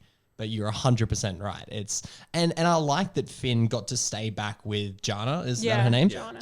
And that's exactly what I believe that moment in The Last Jedi should have been. It's Finn's sacrifice, and the fact that he survived this one, that's fine. I actually really don't care about it. But that was nice for Jana to have that moment. What is stopping that moment from being Rose? What is, you know what I mean? Like, so that it's so, I actually feel very bad for Kelly Marie Tran for being so underutilized in this movie just because they wanted to play it safe. Yeah. And even if that's not the case, even if they're not giving in to all the internet hate, which I personally think they were, but even if they weren't, what's your reasoning for not having her in your script then? Like it just makes, I don't because understand. just she was the one in the last movie that forced Finn to face what he was doing. Yes. She's the one that says, look at the universe around you. Look at the choices you're making. Like, a lot of people don't like Canto Bight, but I love it because it makes... She literally says, look at this planet. Yeah. You think it's beautiful because it's unlike anything you've ever seen, right? It's this shiny, beautiful, ridiculous planet that can be a lot of fun. But do you see what's going on But if you underneath? look a little deeper, Do you see what You've the brought galaxy a whole actually new meaning is? to that scene for me now. Like, God damn it. Like, do you see what's happening here? Do you see like what this money does to people? And like, if you were the reason I start defending the casino scene now because of this, not against you by any means, but I mean, I've actively spoken against that scene for 2 or 3 years now. look, I'm not And it trying took to one sentence. I was like, oh shit, maybe I'm wrong. look. If that's my only purpose in the universe is to go around and get people to You're appreciate Rose. You're Rose Canto right now. Yeah. Like, but that's my point. Is like she was never a pointless character. No, she was no. never a character agree. where her arc was finished. Just because maybe she was the awkward one that had the awkward kiss, and most people have that in their life at some point. We've all been there. Like your life does eventually move on, no matter how like awkward it is. Yeah. Like That's it. And I just don't understand the complete, like, she didn't get any character development at all. We never see her interact with Rey, and Kelly Marie said they shot scenes together. Oh. So really? Yeah. Right. Okay. Okay. I thought she said that we wanted to. But we No, never she's did. no. I'm pretty sure they did. Okay. Shit. There we go. But either way, if they didn't, why wouldn't they? Yeah. Why would they never speak to each other when they have literally the same 4 friends? This is a little. This is not like off topic, but it's sort of like in interactions with Rey. And I was just thinking about this. Did anyone else really feel uncomfortable during Poe and Rey's interaction when he comes back with the Falcon on fire? A little bit.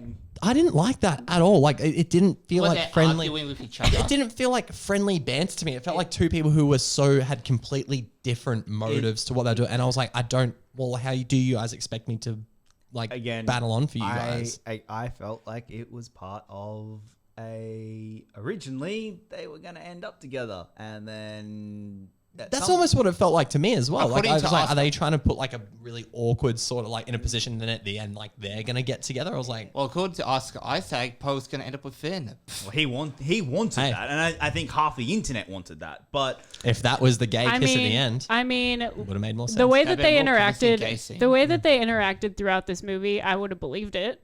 Dude, actually, I was speaking to someone about this yesterday, and they said the thing that they focused on too much then with Poe and Finn is that they focused in this movie too much on the bro and not the mans, and that's why we couldn't get them together at the end, because this actually could be something we talk about as well with a certain other kiss later on, is that what I was seeing, I was like, this is just two dudes who are super close with each other, but it's gone past like a romance thing. It's like they're just inseparable now, like so more bro, less mans in this movie. Whereas earlier on, if we had I don't know what their internet ship name is or anything, but Finn Poe. Yeah, Poe Finn. Finn Poe. There was one that was what was it? It's not the PC one, but there was another one. I want to hear this one after. Okay. Right, yeah. I have a lot of issues with how they handled Poe in this film, especially because his arc at the end of Last Jedi is he is now the leader. The Resistance leader. He is the Resistance leader.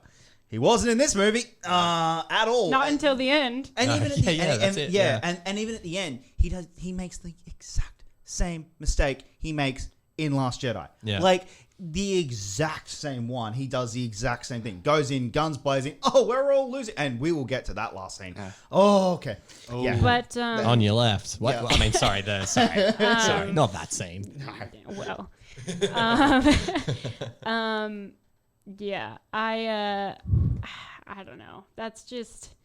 It's just tough because it does feel like they're trying to distract you from the fact that they did give him pretty much the same arc by taking them to a planet where he runs into an X, and then it's like, Yeah. you know, I mean, I don't know. It was a little bit weird. I felt like they just tried to find a reason that they needed to go to another planet that they needed to go to, that makes sense. and that was kind of what they went with. I guess do we want to talk about portals or do we want to talk about the kiss? What do we want to do first? Let's do portals All right. first because that's easier to talk right. about. It literally does Endgame again. Like, beat for beat, it does Endgame again. Where, oh no, everything's over. We're losing. We're going to lose this battle. It's a all done. single person And- facing yeah, down the enemy. I'm dead. And then, Lando, you're not the only one. Like, oh my God. And in Endgame, I cried. Yeah. It was powerful and worked. In this, I wanted to flip the screen off. I was so angry. I was like, are you kidding Like, me? apparently what you did wrong in the last movie is you didn't send Lando. Lando has ties to everyone in the galaxy, Calrissian, around to bring the troops to you. You relied on Luke, the greatest mythological Jedi in the world, sparking hope across. Like, that wasn't enough. You needed Lando Yeah, to, because like, everyone's like, I like Lando. I would trust him. Yeah, he's still alive, so I'm going to trust someone who's alive. Here's the thing that drives me mad about that scene as well.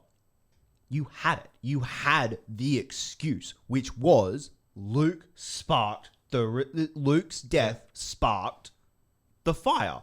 We now have a resistance. You never ever mention it because you don't want to mention the fact that Luke died. And even though he was a Force ghost I in this know, movie. it just there is just so many problems with this film that drive me up the wall because it is so that I think what drives me mad about this movie is there is a good movie in there somewhere that you can with another half a year of tweaking, you probably could have got there. Why isn't this 3 hours like Endgame? Yeah, That's the That's a good point. $1 million question. that's a good point. Because clearly you needed it. You did. You, Like- Oh, shit, yeah. Yes. Okay, you either Absolutely. needed to write a script that was a sequel to Last Jedi, or you go with what you're doing, which is making 2 films in one, and Make it super long. yeah, exactly. Make it 3 You hours. make it a 3-hour film. It's incredible that they got this made after, in 2 years, given Carrie Fisher's death, Colin Trevorrow, everything. I mean, we knew JJ was doing it. Colin Trevorrow dropped out Well, before Last Jedi. Colin Trevorrow and Derek Connolly already had the script written, and that script was given to JJ, as far as I know. And then, Yeah. so that's why Trevorrow and Connolly have story credits. They have a story credit because they have to. Because they were paid for a story. Yeah, so, I mean... How much of that script that was handed over, Will- JJ tweaked. We don't know whether he started again from scratch. To be fair, it actually feels like he started again from scratch. To me, I don't know what Trevorrow and Connolly's script was going to be, but it does feel like something that was written in about 6 months, ready to shoot, to get done for the release date of December 2019. Yeah, I get frustrated and with Portals because I love it that is- we're calling it Portals. That's It's great. Portals. I will never call this scene anything else except Portals because it is Portals. Like, Yeah. it is beat for beat. They even do On Your Left, and that's what drives me, I think, That was- crazy. yeah. It is On Your Left, but it's Lando, Yeah. and it's even the sidekick. Like It's come on, That's it. Yeah. Yeah. What's the Oh my portal scene god, in he Endgame? was in Millennium Falcon, and it was Falcon who came in the end game. Portals is in Endgame when Cap's by himself and gets On Your Left, and everyone turns up. Like, Everyone comes back in Like, Endgame. Oh, yeah. other people call it Avengers Assemble. The reason it's called Portals is because that's the They name all of come the through the movie. portals. I thought you were going to say it was when Captain Marvel just came out of nowhere and... No, Portals is everyone returning. Yeah, that's it. Yeah. All right. Well, we're gonna talk about this moment I'm just gonna let you. because I'm excited about this. because Because I have things to say. so we're gonna talk about this moment, and I'm gonna tell everyone right now to behave themselves because I will not hesitate to kick everyone off of this podcast if I have to. Okay, so towards the we'll talk about this and then we'll talk about the actual ending of the movie. Okay. But towards the end of the movie, we get the moment that half the internet never ever wanted to see, and the other half of the internet only hoped we would ever see and believed was literally never going to happen, because most of the time the internet does not get what they want. So we got our kiss between Rey and Ben to pretty much tie off the big emotional end of this movie, in my opinion, at least, because the rest of it does nothing for me emotionally in a good or bad way. No, fair. You should have heard the audience reaction at our cinema. What was it like? It was like, whoa, wow. Oh, okay. Yeah, asleep. I was in one cinema that you had the same thing, but I had audible what? I had people going, what? So, someone screamed out, "Are you fucking kidding me?" in the last screening that we went to. But as I've now learned and as now seen, not just with Taylor as well, but with my partner and her friend, that people wanted this. I actually didn't know that. And I'm deducing it to the fact that boys can't read sexual chemistry because we're fucking idiots most time. In real life as well, we're really bad at picking up on cues of intimacy and relationships. And that's the reason I didn't see it coming in The Rise of Skywalker. And that's the reason when they kissed, I was like, wait a second, why? I was like, and what? all of I'm the so women in the confused. audience are like, yes, I understand. Yeah. I understand that no man in the audience understands why this is happening. And you know what? That's why I after the third person I've spoken to about this with that exact same answer, I'm like, so I'm the problem with this time round. That makes... I'm still coming to terms with it. So but, yeah. the way that I view this, and I know that there are people outside of that, there are people who just don't see it, who just didn't expect it, and that's completely fine. There are people who have problems with it for other reasons in terms of the unhealthiness of their relationship before this point, like the torture. It's like a Joker Harley Quinn like, sort of vibe. Almost. What people think, sorry. Yeah. So like they have their thoughts about how they don't want to encourage a relationship that's obviously not healthy for either of them, right? For obvious reasons. But I do think that maybe not so much in The Force Awakens, because they're just meeting each other. They're just at that point where they don't know what the hell is going on. But more so in The Last Jedi, and then definitely in moments in this movie where even though Rey is on the light side, even though she's a Jedi and she believes in hope and she believes in redemption, there are plenty of moments where they both should have just offed each other, or they should have given them over to the other side, or they should have, like, there are moments where clearly they're standing on opposite ends of this thing, and neither one of them is willing to finish it off. it off. Yeah.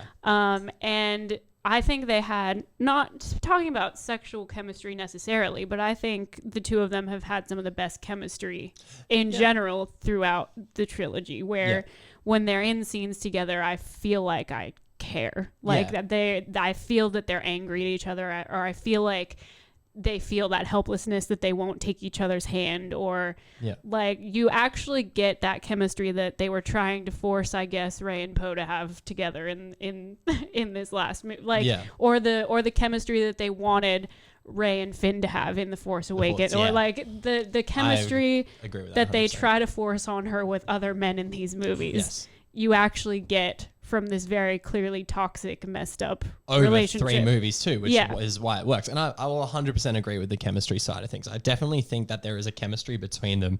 And I think part of me was also kind of not expecting it to be a romantic chemistry. I think part of me was like, how cool would it be to have 2 characters who are completely platonic, who have such a passion for each other?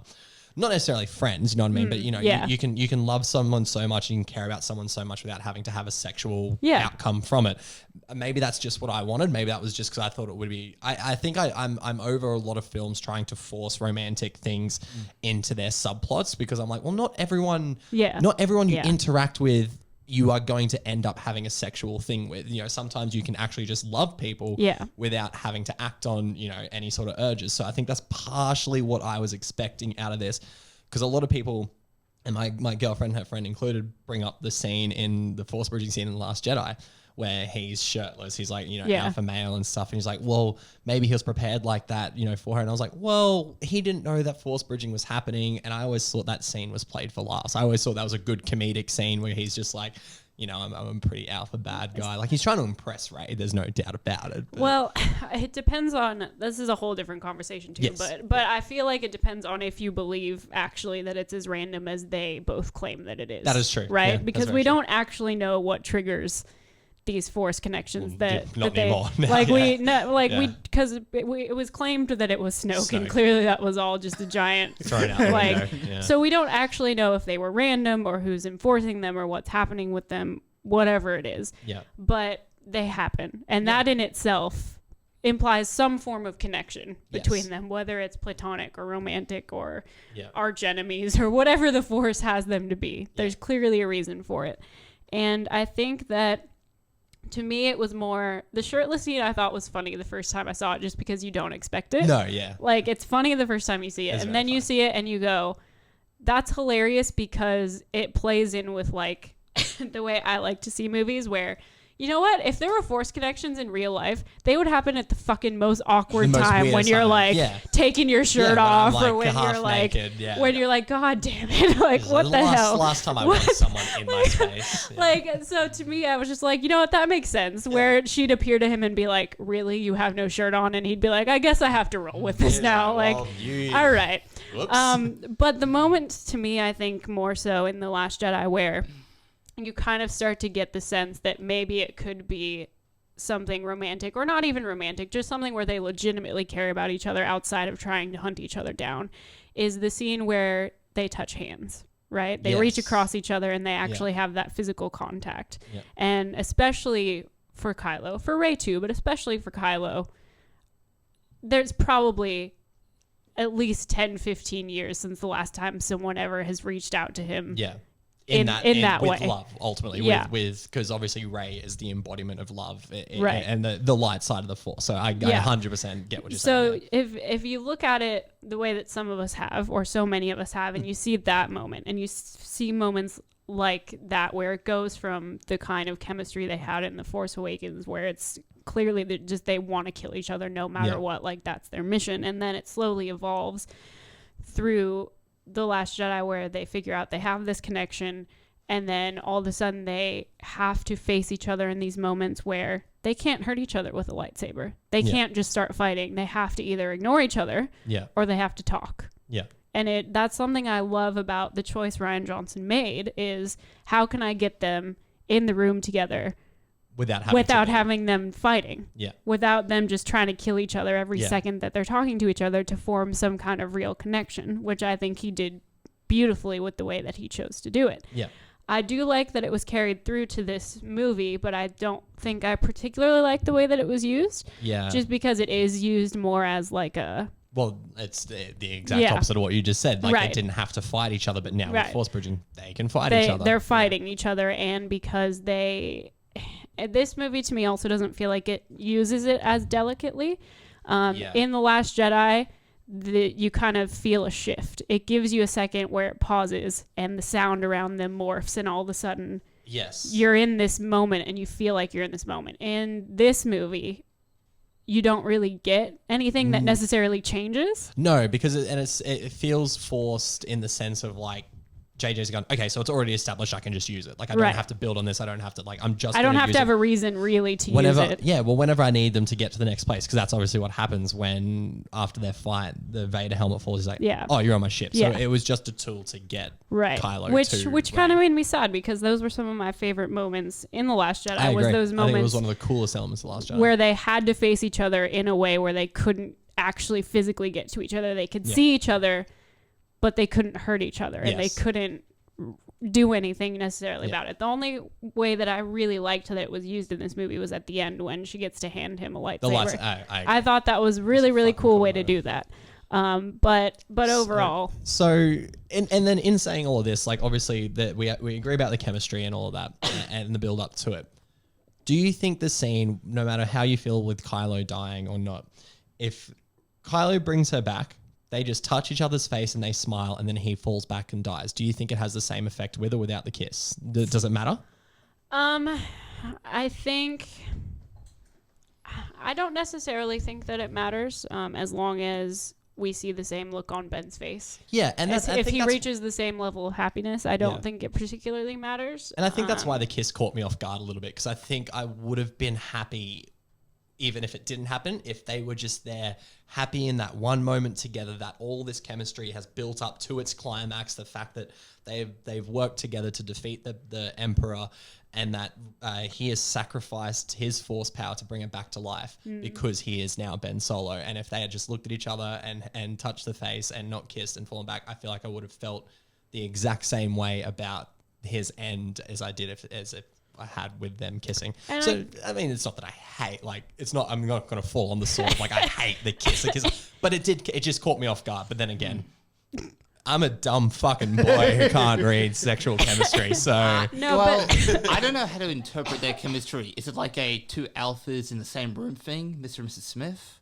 Interesting, yeah. I mean, I don't know if I would necessarily call it that. Kylo's definitely trying to be the alpha. He's trying to be. That's his whole arc, because he wants to be the supreme leader. He wants all the power. But I don't think that's necessarily Ben Solo is the problem. And I think true. that's why That's he very true. struggles so much as Kylo Ren, is because he's supposed to be this alpha, and he's supposed to be. That's why he literally wears a mask. Right. Yeah. I think that ties into the whole thing of that's who he's. We never I just saw Jacob's face. We didn't talk about the mask. Sorry. Yeah, we'll get there. Trigger in a word, second. sorry. But Quick question. Where was Rey physically when she had that lightsaber battle with Kylo? Were they... She was on Destroy the Mars? Kylo Destroy Ren's Mars? ship. She was on the Star Destroyer. Yep. I need to see the movie again. yeah, which is why I'm glad we saw it a second time, because Yeah. I'd be asking the same freaking questions, being like, "What the hell happened in this movie?" Yeah. But I do think that, which once again, I wish we would have got to spend more time with it on this movie, but I think that's not who Ben Solo is. I think that's who Kylo Ren. He wanted to build Kylo Ren up into being, and that is a big part of why he has the mask, because, I mean, and I talked to Jacob about this the other day. One of my favorite moments in a movie-going experience ever was seeing The Force Awakens the first time, and when he takes the mask off and everyone goes, "Oh, he's a kid." Yeah, he's like, that's not the face you expect to see under that mask for that character at that point, especially if you didn't know Adam Driver was playing. You know, if you're just a casual fan and you don't really pay attention to casting and you didn't know who was going to be under that mask, that's a huge moment. Yeah, absolutely. So go ahead. I will pass this over to you for your mask discussion.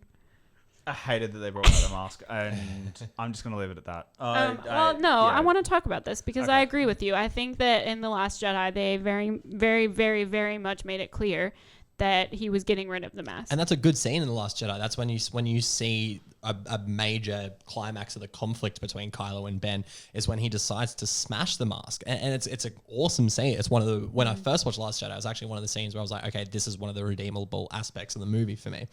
So to see that conflict come to a climax, and even though he decides at the end of The Last Jedi to stay evil, he's evil as Kylo Ren, but comfortable in the skin of Ben Solo. Right. You know what I mean? He's and comfortable showing his face. That's awesome. Only to have it retconned straight away and be like, I'm going to get the Knights of Ren to come, fix my mask. Fix my mask for me and shit. And I just, the problem also with it, I mean, it's a problem to bring it back in the first place because it just completely negates, like you said, a really important character moment between the transformation of Ben Solo accepting himself really as Kylo Ren. As Kylo Ren, yeah. And if you're going to negate that moment, you really have to have a good reason to do it, and you have to have good moments for it. And they don't. And they don't. The moments that you see him in the mask are so random. Yeah. Like randomly. I have a theory.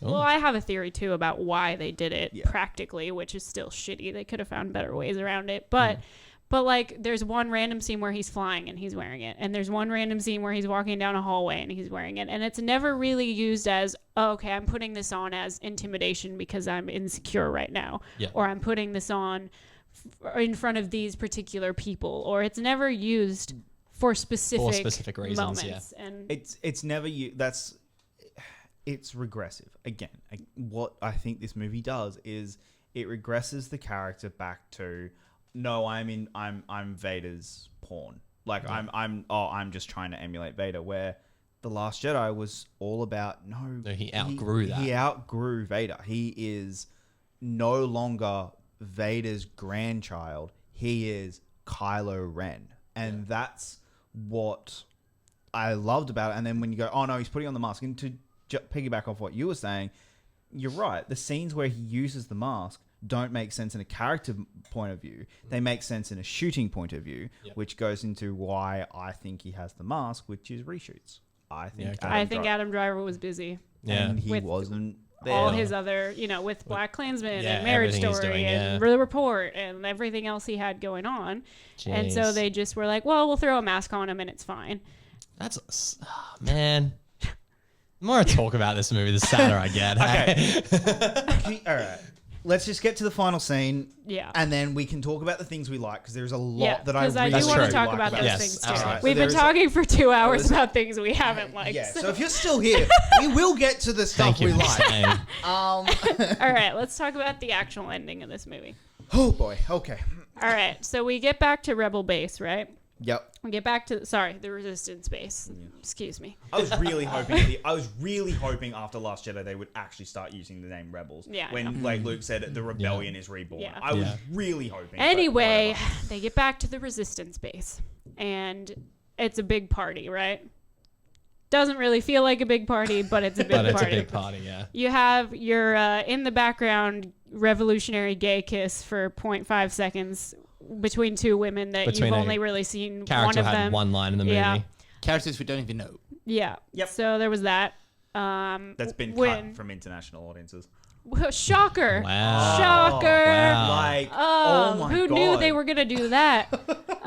So we have this scene, and it honestly just feels really hopeless to me, because you have the three of them. You have Poe and Finn and Rey, and they're back, and they're, giving each other the reunion hugs and everything. But to me, it just feels empty. Super empty. Like, it just feels like they're not empty. really all that stoked to see each other, to be No. honest with you. They all just look tired. They all just look like, fuck, we've been through a lot. Like, I know Which we I won get, the but war, like- but let's just go have a nap. But it's just like, well, no, because the end of Return of the Jedi, there's a big It's a celebration. party, dude. It's a big party. The Ewoks are there. The Force Ghosts are there. No Force Ghosts wanted to come to this party because they're all up there in the sky being like, we helped Rey already. Let's get out of here. You know what I mean? Like, It just didn't feel like they had won anything at that point when they got back. yeah. Actually, and you guys said it before we started recording, there felt like there was more hope at the end of Last Jedi than there was in this movie. And they lost. And they lost in The Last Jedi, and this is the end of the Skywalker saga. This is the end. 9 movies, 42 years. And I still want to go back and watch Last Jedi just to feel good. You know what I mean? Like, it's crazy. It's crazy. And then it just gets worse to me personally, because first of all, you have Rey go to a planet that doesn't mean anything to her, right? No, we're supposed to care because it means something to the Skywalkers. Yeah, but yeah. but it doesn't mean anything to her, right? But she goes back there, and she decides that for some reason that I still don't care what you tell me, it doesn't make any sense. She decides she's going to bury these lightsabers symbolically. Yeah. Because Well, I guess I agree with that. It's like- symbolically the end of the Like- Skywalkers, which if we are going by anything I said earlier about retconning emotional moments instantly, if you're going to end the legacy of Skywalker, don't say your last name's fucking Skywalker. That was so because she was like, "Oh, I'm Rey." Rey, who? Who are you? Damn it! It was like just it was like the Robin scene in Dark Knight Rises. Yeah, Yeah, it really was. Yeah, This film has so much in common with Dark Knight Rises. It is not even funny. yeah. And it just sucks because it's like, and people are trying to bitch about people who are complaining about this because they're like, oh, obviously Rey won't stay there. Like, she'll go back with her friends and she'll go on adventures and whatever. Yeah, she probably will. But then why are we ending it here on a planet that she doesn't know? Her friends aren't there. She's there by herself. Like, we see 2 Force Ghosts, which why the fuck is Anakin not there? Yeah. Why is Ben not there? Yeah. Like, if you're going to show Leia and Luke, Yeah. cool, I It's- guess, but like... I mean, it's literally only because it's their lightsabers that were buried. Like- Also, we find out this one that Leia had a lightsaber, which I'm not against, but it's like another thing that's just been thrown in there. Just thrown in there. On top. And that's what I mean. Like, it's what annoyed me the most about that scene is that if this is the end of the Skywalker saga, hey, I get it. You don't want to tell people your last name's Palpatine because that then kills the name of Palpatine. But then just be Rey. She's like, Yeah, I'm no, okay I'm now. just Rey. I'm just Rey. Yeah, I'm Rey. I'm happy I'm with cool. just being Rey. Like, that's all I wanted, honestly, was for her to be like, no, I'm just Rey. Yeah. Like, It's birthed a great meme. I'm not gonna lie. There's some good memes about this whole Ray who, but Ray Abrams. Ray Abrams, Hey, Ray Abrams. Ray Amazing. Mysterio. I've Radar. I've loved all of them. But you know what I mean. It's such an awkward end Yeah, to it another is. awkward ending that happened before. And they're it. like, oh, we'll give him the double sun, and they'll just eat it up. yeah, Imagine if she pulled a Rose in Titanic and changed her name to Solo. yeah. Ray Solo. Like, I don't get it. Like, Yeah. because if you're, like, to me, it's super too on the nose. You call it the Rise of Yeah. Skywalker, in the last scene of the thing, she's like, I'm a Skywalker now. yeah, Like, it's a weak ending. it's Weak very ending. weak. Do you think that was to? Well, I don't know. Did the Star Wars online fan who were angry about Last Jedi, did they want Rey to be related to Luke? They wanted Rey to be related to someone of importance. They wanted her to be a Kenobi or a Skywalker Yeah. or... And they've accepted this. They're happy with this, which, whatever. It's interesting. Yeah. Look, yeah, I completely agree with you. I really did not like the fact that she goes, I'm Rey Skywalker. No, just, I wish they did that. End it with, no, I'm Rey. I'm Yeah. Rey because If you I'm have Rey. to put that super fucking awkward scene where someone just randomly passing her in the desert, it's like, who are you? Yeah, yeah. I need to know your full name. Even end it on Like, the what Ray the Who line. Like, fuck? that's fine. Like, if Yeah. it says Ray Who, she doesn't have to say just Just Ray. end it. Just, and then show us the two sons, give us the little bit of nostalgia we want to finish the movie. Like, that would have been more impactful than Ray Skywalker, in my opinion. And like, it's just, and the other thing, like, there is one other thing that I want to mention here just before we wrap this up, because I do want to make sure I get all of this out, because I'm never going to want to talk about this on the internet Nope. ever again Oh, after I shit, get no. this I'm out. done. It's done. One other thing about Rey and Palpatine that really, really bothered me a lot, and probably made a lot of trolls on the internet very happy, that you and I have briefly talked about, because no one has complained about it since this has happened, Yeah. was by tying Rey to a Palpatine, no one has called her a Mary Sue now for how powerful she's been. Interesting. No one Yeah, has actually, I never questioned thought where about her that, powers yeah. come from now Yeah. that she's tied to a Palpatine. Very interesting. Very interesting. And that bugs the hell out of me. Yep.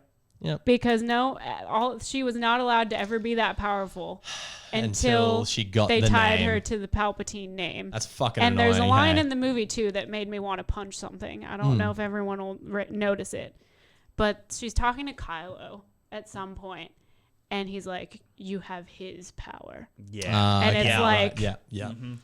I remember the All line. right, okay, yeah. not like she's because, trained and like, worked It's for not it like she's and- worked her ass off literally since we saw her in the first movie, and it's not like she survived as a scavenger by herself No, for 19 years, Not and knowing she's a and it's, Palpatine. it's not like it's fine. Maybe the next trilogy. It's fine. Maybe the next trilogy is going to be about Palpatine having his own children. Yeah, maybe, yeah. Yeah, why isn't his son all fucking force powered and shit? And then we see the birth. And then we see the birth of Rey. Who's the poor woman that married him and is like, what the fuck did you get me into Yeah. with this shit? She's like, you promised me the world, but I was like, it's not what I kind of had in mind. The whole galaxy, like shit. Yeah. Oh, man. Anyway, I just had to mention that because Yeah. it made me really angry. No, and I think that's 100% fair because it's JJ. The biggest issue there is JJ reneging on something that he set up. As Rey Yeah. being someone who is powerful, as a powerful female character Yeah. in a beloved universe of Star Wars is awesome. And then it had negative backlash. So he's like, oh, but she's a Palpatine. And they're like, okay, we'll I give guess you that I one. buy. I guess I buy a female can be a powerful I Jedi if guess she's I a Palpatine. Forget, we also forgot that Luke is also not the best Jedi in the world, but we love him because he has a dick. You know what I mean? Like, it's stupid, man. It's fucking ridiculous. It is, but one thing I will say about this movie, and I'm not going to particularly give JJ credit for it because I can't say that it was his decision or it was not his decision, and this is going to kind of start the conversation of things we appreciated about this movie. Positive. Positive. We made it. It's happy 2 hour. hours in and we made it. So, one thing I did notice about this movie, and I've noticed it in the other 2 movies as well, but this movie in particular, when it comes to high-ranking officials in the First Order, you have people on the Rebel base who are fighters, who are scientists, who are whoever they are, wherever they are in the galaxy, whether they're stormtroopers or wherever they come from. There are a lot of women, a lot of people of color, like the First Order is Diversity not in the just film. full of old white guys anymore. Yes. And the leaders of the Resistance are not just a bunch of white guys anymore. Yes. And it's just everywhere you look, it's, they're It's the diversity in the film, and it never feels forced, No. which is good. It just No. feels it's in the galaxy. There's a lot of shit happening in the galaxy. It's not just white, Like fucking when you Eastern look at Western America or whatever. when you look at the table at the First Order when they're having their talk, yeah, like it's diverse. it's just people who would be in an office, Yeah, right? exactly. Like it's just, and it's something that to me it shouldn't even be something that's noticeable, no, but because it's new, Yes. really, and that's it is. And I think that's the biggest issue in film at the moment is that it shouldn't be noticeable. But I think the fact that the changes are happening, it will become normal Yeah. and standard, and which is good. But I agree. I think that's something they definitely hit the nail on the head with. That is just we do understand that we are an entire galaxy, so there should be diversity, and it was good. I really enjoyed noticing that. Yeah. All right. I talk about things that I really enjoyed. Yeah, All right. let's go I want for to it. talk about that. Yeah. Again, visually stunning. This movie, visually, I really do like a lot of sequences in the fight sequences. I really do enjoy there is a lot of shots and scenes in this film that you could very easily put in frames that I really do framed art around your house. that is just absolutely gorgeous. That works really well. I particularly loved the Exegol planet. Yes. Because Yeah. the lightning just coming from everywhere and the A real big dark, strobe like effect, very, it was very sinister. It worked very well for what they were trying to do. Yeah. The just very, to steal a phrase from you, the very Mad Max red clouds you have to fly through to get to Yeah. Exegol, where it feels like you're probably not going to make it No, out of that's whatever it. you're flying And then the through. Mad Max of the planet was kind of cool too. Yeah, There's visually you can't fault this movie. It Yeah, looks really nice. And this is going to be a backhanded compliment, but the Mad Max sequence that I really wanted, it was good for the 30 seconds that it happened. Yes. I don't know, you and I have talked about this. I was so excited for that scene just because the trailers sold it. That was they were going to do Mad Max yeah. in Star Wars. I was excited and we didn't get that and I was very disappointed. We got it for that's 30 fair. seconds. One thing that I know, and you mentioned it earlier, and I'm very curious to have this conversation. I liked that Hux was the spy. I really liked it, and I liked it, and I didn't like it. I liked that he was the spy, and that their reasoning for him being the spy had nothing to do with the rebellion. No. It had everything to do with the fact I hate Kylo, and this will piss Kylo off. Yeah. Because that's very true to his character. No, absolutely. I didn't hate the fact that Hux was the spy. I hated the fact that as soon as they said there was a spy, I went, it's Hux. And then I had to wait 45 minutes for him to be the reveal. When that execution scene was coming on, I was like, well, Hux is going to kill him. I didn't like. And that's what annoyed me the most. It was almost too obvious that he Yeah. was the spy. I didn't like that once they revealed he was a spy, they immediately wipe him off because and I don't know. I need a better explanation of his motivation. I mean, other than that, I know he hated Kylo, but also you think he's about to be replaced by the new Richard E. Grant, basically. Richard Yeah. Grant character, but we hardly ever spent time with his character. No. Which is why I think they should, as much as I adore Richard E. Grant, I just think that should have been Hux. Yeah, I I agree. agree. I agree. Because then it would have given you the time to Yeah. really build into that and really give you those moments where you go, oh, is he Yeah. working with that? He's being a little weird. What's going on there? I agree. And the other reason, you're right, where they just kill him off literally 5 seconds later. It's, Yeah. I'm the spy. Where it's no, shoot me so they don't know that I'm the spy. Yeah. Yeah. Bang, Which is you're a the hilarious spy. scene, It's yeah, like, it was really funny. just that. I think they did Donald Gleason dirty in this movie. They but- did Donald Gleason I think dirty, so too. and Yeah. this movie we can't explain why Hux is still working for the Resistance. Why he's still there? Yeah. Because Anyway, I don't want this to be all negative. Yeah, this is our we like this part, we damn like it. this movie. Look, going back and watching it a second time, there is a lot that I like about this movie. Because don't get me wrong, I get swept up in a lot of the scenes. I get That's just Star Wars, though. yeah, Yeah, and that's the thing. Like you It get happens. you get swept up, and then it's the comparison I make to Dark Knight Rises isn't just a throwaway comment. Dark Knight Rises is a movie that I can watch and really enjoy, but the second it turns off, and start to think about it, Yeah. it falls apart within 30 seconds, Yeah. and that's this film. I don't enjoy it as much, because I think that it's not as well made, but there's a lot of it I do really enjoy and and have fun with. The first mission, like basically the start of the film the start of going to the party planet where all of them are coming together. I really liked that. I was like, okay, we're on a Star Wars mission. This feels good. I'm happy with this. All right, let's go do this. And that's the thing. A lot of the things I like, they then do something that takes away what I liked, and that's kind of the struggle with this movie. And Yeah. I think for me, I was actually, and this is I think a kind of a love-hate thing that a lot of people have. I was so excited to see Kylo in the opening scenes. We see him where he is just kicking ass Yeah. and taking names at Mustafar, right? Yes. But then we absolutely, find out it's Mustafar and go, what? Why? Yeah. Why did we not get time on I this know. planet? It's- Like it was so cool the way that the cinematography in that part of the movie It's a strong way to open the movie so bold, and Yeah. it's so impactful, and just seeing him have that moment too. Yeah. is crazy good. And then it just stops because he finds the token. And then he's like, yeah, out of here, gonna Like- go find the Emperor. Like, and that's what you're saying is you have these moments where I go, I'm really interested in this story, Yeah. and then no, I'm not. It quickly, but then that's the issue with it being so jam packed. It then just goes, and we're off to the next point. Because that's the one thing I'll praise JJ for. He's made Star Wars films that feel like Star Wars films, but they have his touch. And the two shots that I always think about from Rise of Skywalker, it's the opening scene with him destroying the village, and then in Force Awakens, it's the shock troopers coming down, and it's that real shaky cam. In Force Awakens, sorry, I don't know if I said that. When it's all shaky cam and the lights are flickering before they touch down, like that feels like different to Star Wars while being Star Wars, and I like the boldness of that. Yeah. But then you're 100% right. We don't get to stew on anything.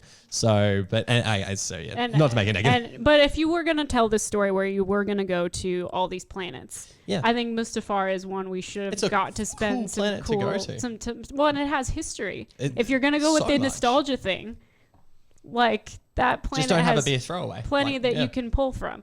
But I did love that moment, and I did because when we saw the trailer and I saw that moment, I was like, oh, I am so ready to see and what happens in this scene because this is so cool. And So that, cool. that sums up, I think, a lot of thoughts in the trailer. Was awesome because they took like half-second shots of these scenes that went for 30 seconds instead of 3 seconds. Yeah. And that's my heartbreak is we got glimpses and going, I'm so excited to see that for 27 extra seconds because that's all Because they've that's done. all we can have. Like, Yeah. I'm going to keep the positivity train Yeah. rolling. I like C-3PO. Very funny. I laughed at a lot of his stuff, and I like his character arc and his redemption. The scene where he is on the festive planet, and everyone's just like, we're about to be like, there's First Order everywhere. He's like, well, this planet's known for its colorful kites and delectable sweets. Like, it's the 3PO And he we just love. turns around like, Everyone's looking at him, and he's just like, whoa, hold on, what are you looking at? So, and I like the fact that he was willing to sacrifice himself to wipe his memory. Like, I think in fairness, I believe possibly apart from Kylo and Ben, had probably the most good character arc in the film. And I walked away. My pity is that not a lot of people found him as funny as I did, because the screenings that I went to, people weren't really laughing at the movie. But there was definitely times where I was chuckling when 3PO said some really funny shit. So we've got to call out, if we're going to talk about positives, we have to give a shout out to our new cutest Lord and Savior that has replaced Baby Yoda now, apparently, which is Babu Frick. Oh, yeah. Is that the little mechanic? Yeah. it was great. Yeah, when he pops up in the X-Wing later on, I lost it. I was very funny, I just oh, man, that was Like- fun. I just jumping off that. I thought a lot of the humor worked for me. Like I think it was funny. I think it was about half and half for me. Okay. Half the moments really worked well for me, and the other half, when other people weren't laughing at it, it was just kind of like, Very I don't noticeable. actually know if that's funny. Yeah. Like, it was just a weird. It's a bit wishy-washy, weird, as yeah, it's it's a bit miss. of a weird thing where some of it was funny and some of it, I don't know if I thought it was, but I do think the humorous moments that worked were great. I think C-3PO was a great example of that really working well. And I think that this movie to me is very much like littered with great moments here and there where I would be starting to maybe lose interest, and then there would be a moment where I would want to see that story. And I think to me, I think they had the right idea of getting the gang together to go through this movie. I just don't know if they had enough personal interaction. Like, instead of having personal interaction of really getting to know each other, they would go to a planet and almost die. And Or like, because back to your point, the more that I think about it with Poe, like, they could have had an interesting relationship where they haven't really maybe still spent all that much time together, because she's training and he's out with the Falcon. And, absolutely, but I didn't really get those moments. And then when they argued, it didn't seem to come from a place of like friendly, like... It didn't feel real. It didn't feel like... and I'm trying to think... I know I'm trying to think of positives, but like... Because there are a lot, but it's so intertwined with how I feel about the rest of the movie. I was just about to make this comment. Like... We've all brought up positive things and then gone immediately, but it's ruined by this. And that is the crux of this movie. And that's so sad. The fact that we can try really hard and we got to tell ourselves, we have to be like, let's say positive things, but then we have to keep going back on it. And that's the major issue with this movie. And I understand that a lot of people out there love this movie. In the probably past week and a half since the initial critic response, I've seen more positive than negative reviews for this movie.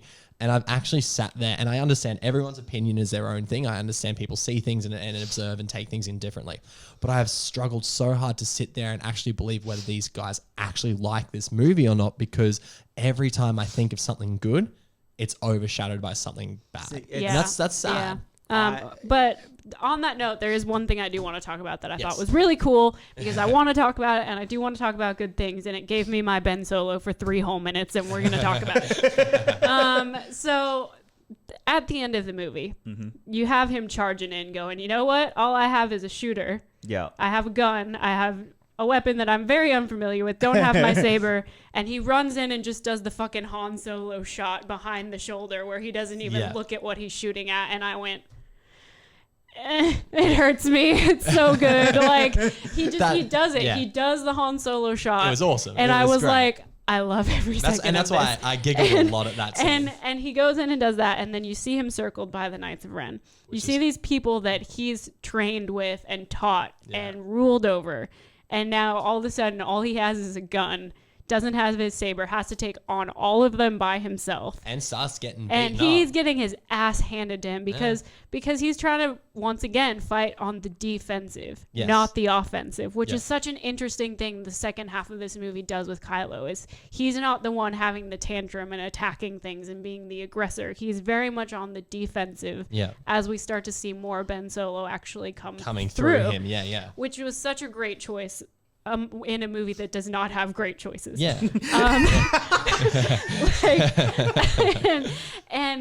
But you get this moment, and then you also simultaneously have Rey having her moment where she knows that she's fighting off her own circle of people, we'll say. And then you get this moment where it slows down, and see them and you know they're looking at each other. Yeah. And you get that moment where you just know. You Yeah. know that Force connection is happening. And that's the one moment I will give it that I don't care that it didn't do the compression thing that it usually does. Because in that moment, you didn't need it to really get the effect of what was going on. Yeah. And then you have the lightsaber moment. And the whole internet who likes this sequence is freaking out about this moment too, which I love. Yeah. He brings out the lightsaber, Which I agree. which I is thought it was great. an awesome moment. And then he Yeah. does the solo shrug, like the what are you gonna do Yeah, about it? he's And then just fucking like goes for it. It goes nuts. And I just think it's so cool because it's such a simple thing, but it's something that Star Wars is able to do because of how culturally important it has been for us over these last at least 40 years. Where you put a different color lightsaber in his hand, Yeah. and it's suddenly a whole different. It's a different ball game. It's It's- because every lightsaber is obviously every Jedi gets to make their lightsaber, which is it's kind of amazing that he now has to work with something that's not his, but has such an impact on him as Ben Solo, not Kylo Ren. So it's kind of incredible. Whether or not you read the supplemental materials and understand the Jedi lore and how lightsabers really work and kyber crystals and all of that kind of stuff, it's very clear that a lightsaber is a very personal weapon for a Yes, Jedi. They absolutely. put time into making it as unique as you really possibly can, because no Jedi is going to sit there and make the exact same lightsaber as somebody else. Exactly. And when we've just seen, probably 15, 20 minutes earlier, that he has just completely thrown away the lightsaber that he has taken so much time to make and repair and has really been kind of his, his other hand for such a long time. And then he has this unfamiliar weapon, which sounds silly because it's another lightsaber. No, I get it. Yeah.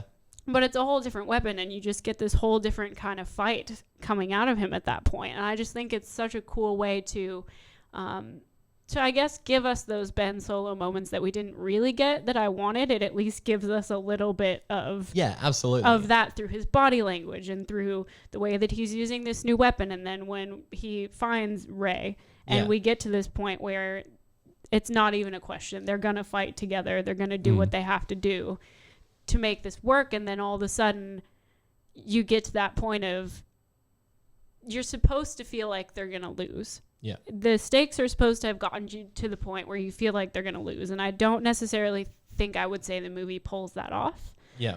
Which is one negative I do have about this kind of sequence, is where I don't really feel like you feel that the stakes are as high as they should be in that moment when the life force is coming out of the both of them. Yes. Yeah. I And agree. you only really feel that, to me at least, when you think that Rey is dead. When you Yes. think they're going to make that Absolutely, choice that she is dead. That's where it's at its absolute peak. That's where it peaks for me. And I think that part is really well done because that is the one they let you believe for the longest. Right? They 100% they agree. give you that moment to go, oh, she's not moved. Like nothing's happening. Like what? And then you get the moment where Ben comes back. You see the hand over the edge and you go, I get this, because that's a really cheap way to kill him if you're just going to throw him off of the cliff. That's it. Like that, you can't do that. But he comes back and then you just get that moment that we talked about earlier where he has no idea what the fuck he's going to do, but he knows he can't just not try to save Rey in that moment. And like we said earlier, that when we broke that down, that's why it works so much for Ben Solo, because he doesn't know. He's very much like, shit, I just have to try. And that's ultimately, I think, why the Force prevails in that moment for him. Because when you connect to the Force, we've kind of established the Force doesn't really have rules. A lot of people try to say that the Force can only do certain things because we've only seen it do certain things in previous movies. But we now are operating under the assumption that the Force can do a lot of things. Whole lot of cool shit, yeah. And because, in previous movies and in source material and things like that, we've known that for the dark side, at least, there are ways to bring people back to life, and there are crazy things that you can do. And now all of a sudden you are like, well, but what can the power of the light side do? Is it equal if you on the other end of the if you reach spectrum? out to the galaxy for help in a moment of wanting to bring someone back for completely selfless, reasons to bring, I guess, even balance to the Force by bringing Rey back. Yeah. what does that do? What kind of doors does that open up? Does the Force let you do that? Which is awesome. It's great that we got to explore that, like I said, on the light side as well. And you said reaching out to the galaxy, which brings another great moment to my head, is when Rey has the "Be with me" moment, and it goes all the way through to the stars, and we get to hear the voices of Qui-Gon, Obi-Wan, Mace Windu, Hayden Christensen, Anakin, Yoda. I know that there was voices from Rebels and Clone Wars and stuff. So and that's an awesome moment. That to me was not to I don't want to harp on that one too much, but I really enjoyed that moment. Yeah, I was about to bring that up. But, I mean, look, we definitely had a lot more negative things to say than we did positive, which is unfortunate because I never want to have that experience with any movie, quite honestly, but especially with Star Wars.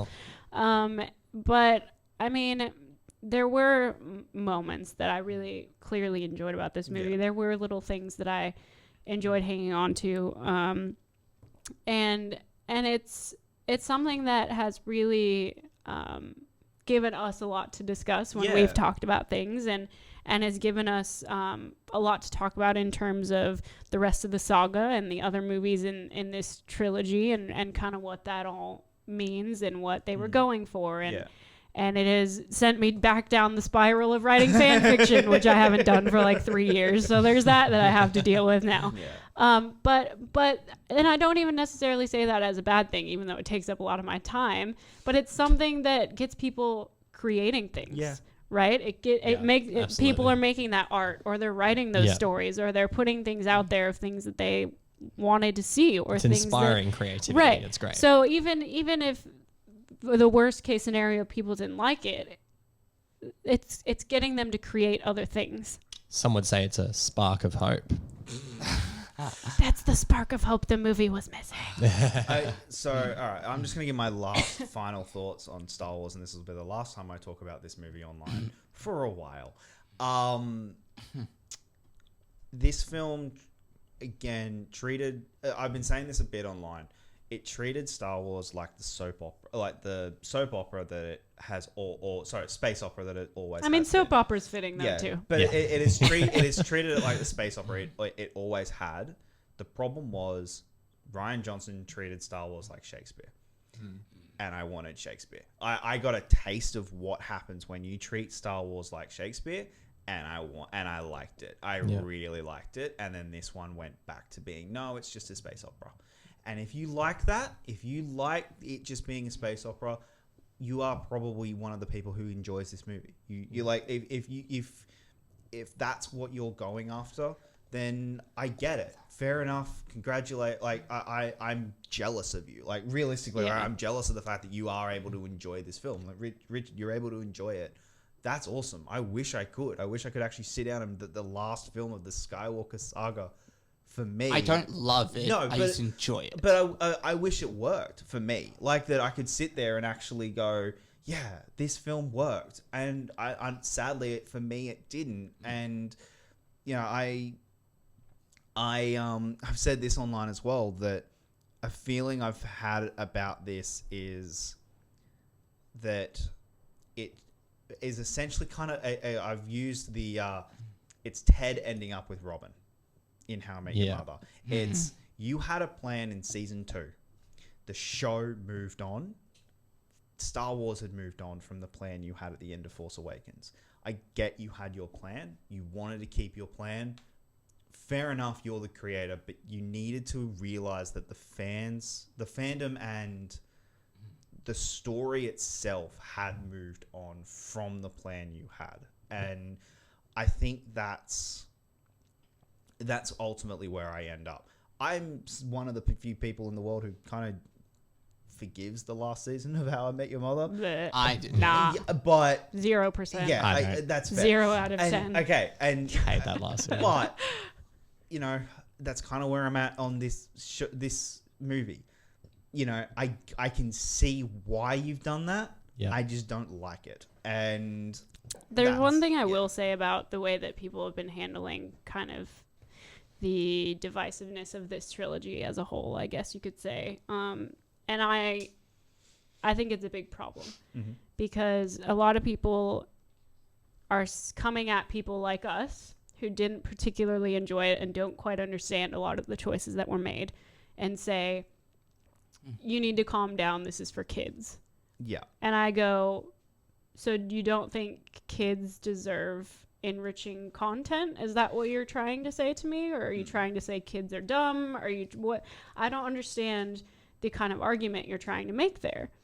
Because I think that a lot of the good kids content that's out there is engaging and forces you to ask questions and doesn't treat children like they're dumb.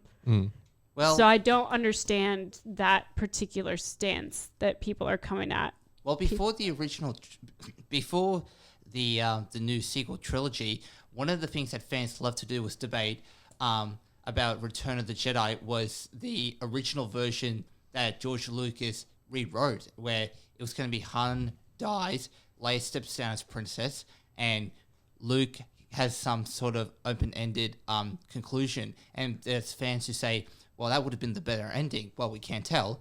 I feel like we got that type of movie in Last Jedi because it took chances. And people say, oh, no, that was terrible. It's like... Again, like that just... I don't want this to just become a... I loved Last Jedi and I hated this movie. Like, there's a lot about this movie that I like. There is a lot that I don't like. And for me, ultimately, it landed in... It's... on Letterboxd, it's a 2 out of 5 for me. Like, it's a... If I was ranking it on Rotten Tomatoes, it'd be a rotten, but it wouldn't be a hard rotten. It's not. This is nowhere near the worst movie of the year. It is nowhere near one of the worst movies I've ever seen. It's like Cats. It's kind of fitting that we saw Cats the night before this one. Yeah. And like Cats is a much worse movie, but it's like there is things about this film that I really, really enjoy, and that I will gladly. If it's if we're watching the trilogy and we're gonna do all 3 of them, there's things about this movie I will look forward to watching again. I can't think of them right now, but there are things that I will look forward to. Yeah. My point is just people who don't like this movie or people who have issues with this movie, it's not their favorite Star Wars movie, whatever it is. Don't go up to them and say, just turn your brain off and enjoy it. Don't just say this is a series that's for kids and you have no reason to talk about the problems in it. Like, no, not at all. Don't do that to people. Come on. That's not the way to have a discussion about these movies. No, because it's completely throwing away any form of opinion that we are allowed to have about the movie. And I saw the argument for when that was going around with Last Jedi, we're going, guys, don't take this so seriously. It's for kids. And that's because those people, they weren't articulating arguments for Last Jedi. The argument was, no, I wanted Luke to do this. Well, okay. Can you explain why? And that's what they never were. The conversation was never an explanation.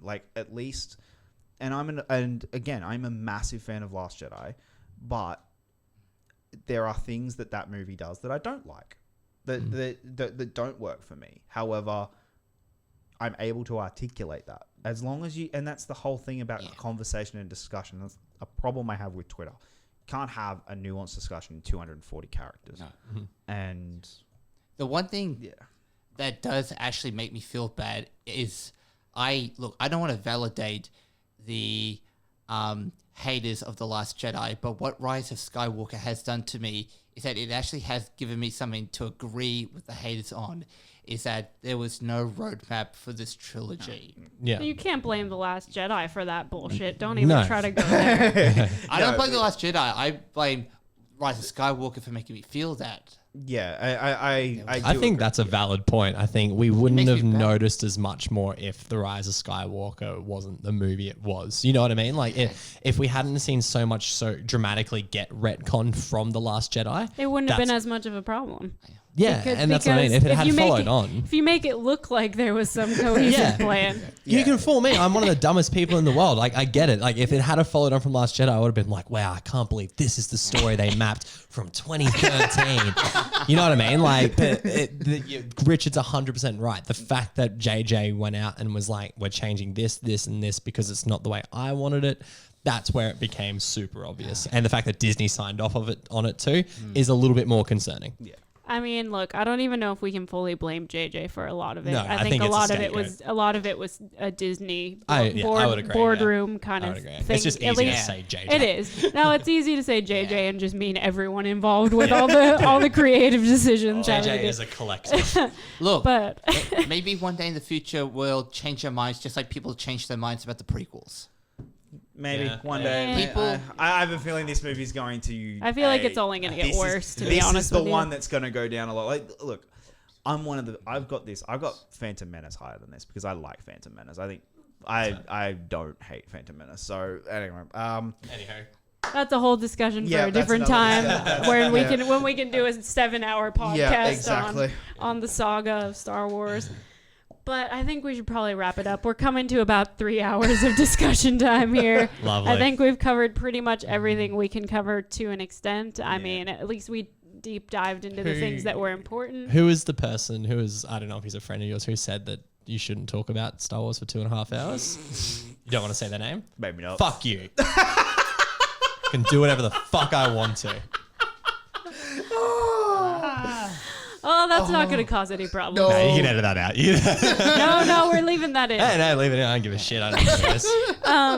So now that we've talked to the hell out of this movie, and it's been kind of a venting process for all of us, I think, to Yeah. some extent. Still kind of alright. And we had some fun with it. It went as usual. It went super off the rails for a while, and we had some fun.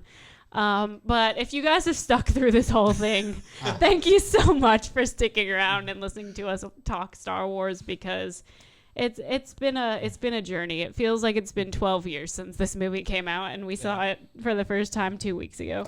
Yeah. So with that being said, I want to thank all of my guests here today for joining me on the show, for writing 10 pages of notes to go through with all of this. It's been an absolute pleasure to have everybody here. With that being said, all of our links can be found down in the description if you want to check out our social media and what else we've been up to other than just the Star Wars mania that's been going on. Jacob and I have our Letterboxd links down below if you want to see what other movies we've been watching, what we're catching up on at the end of the year. Thank you guys so much for all of your continued support, and we will see you all next time. May the Force be with you.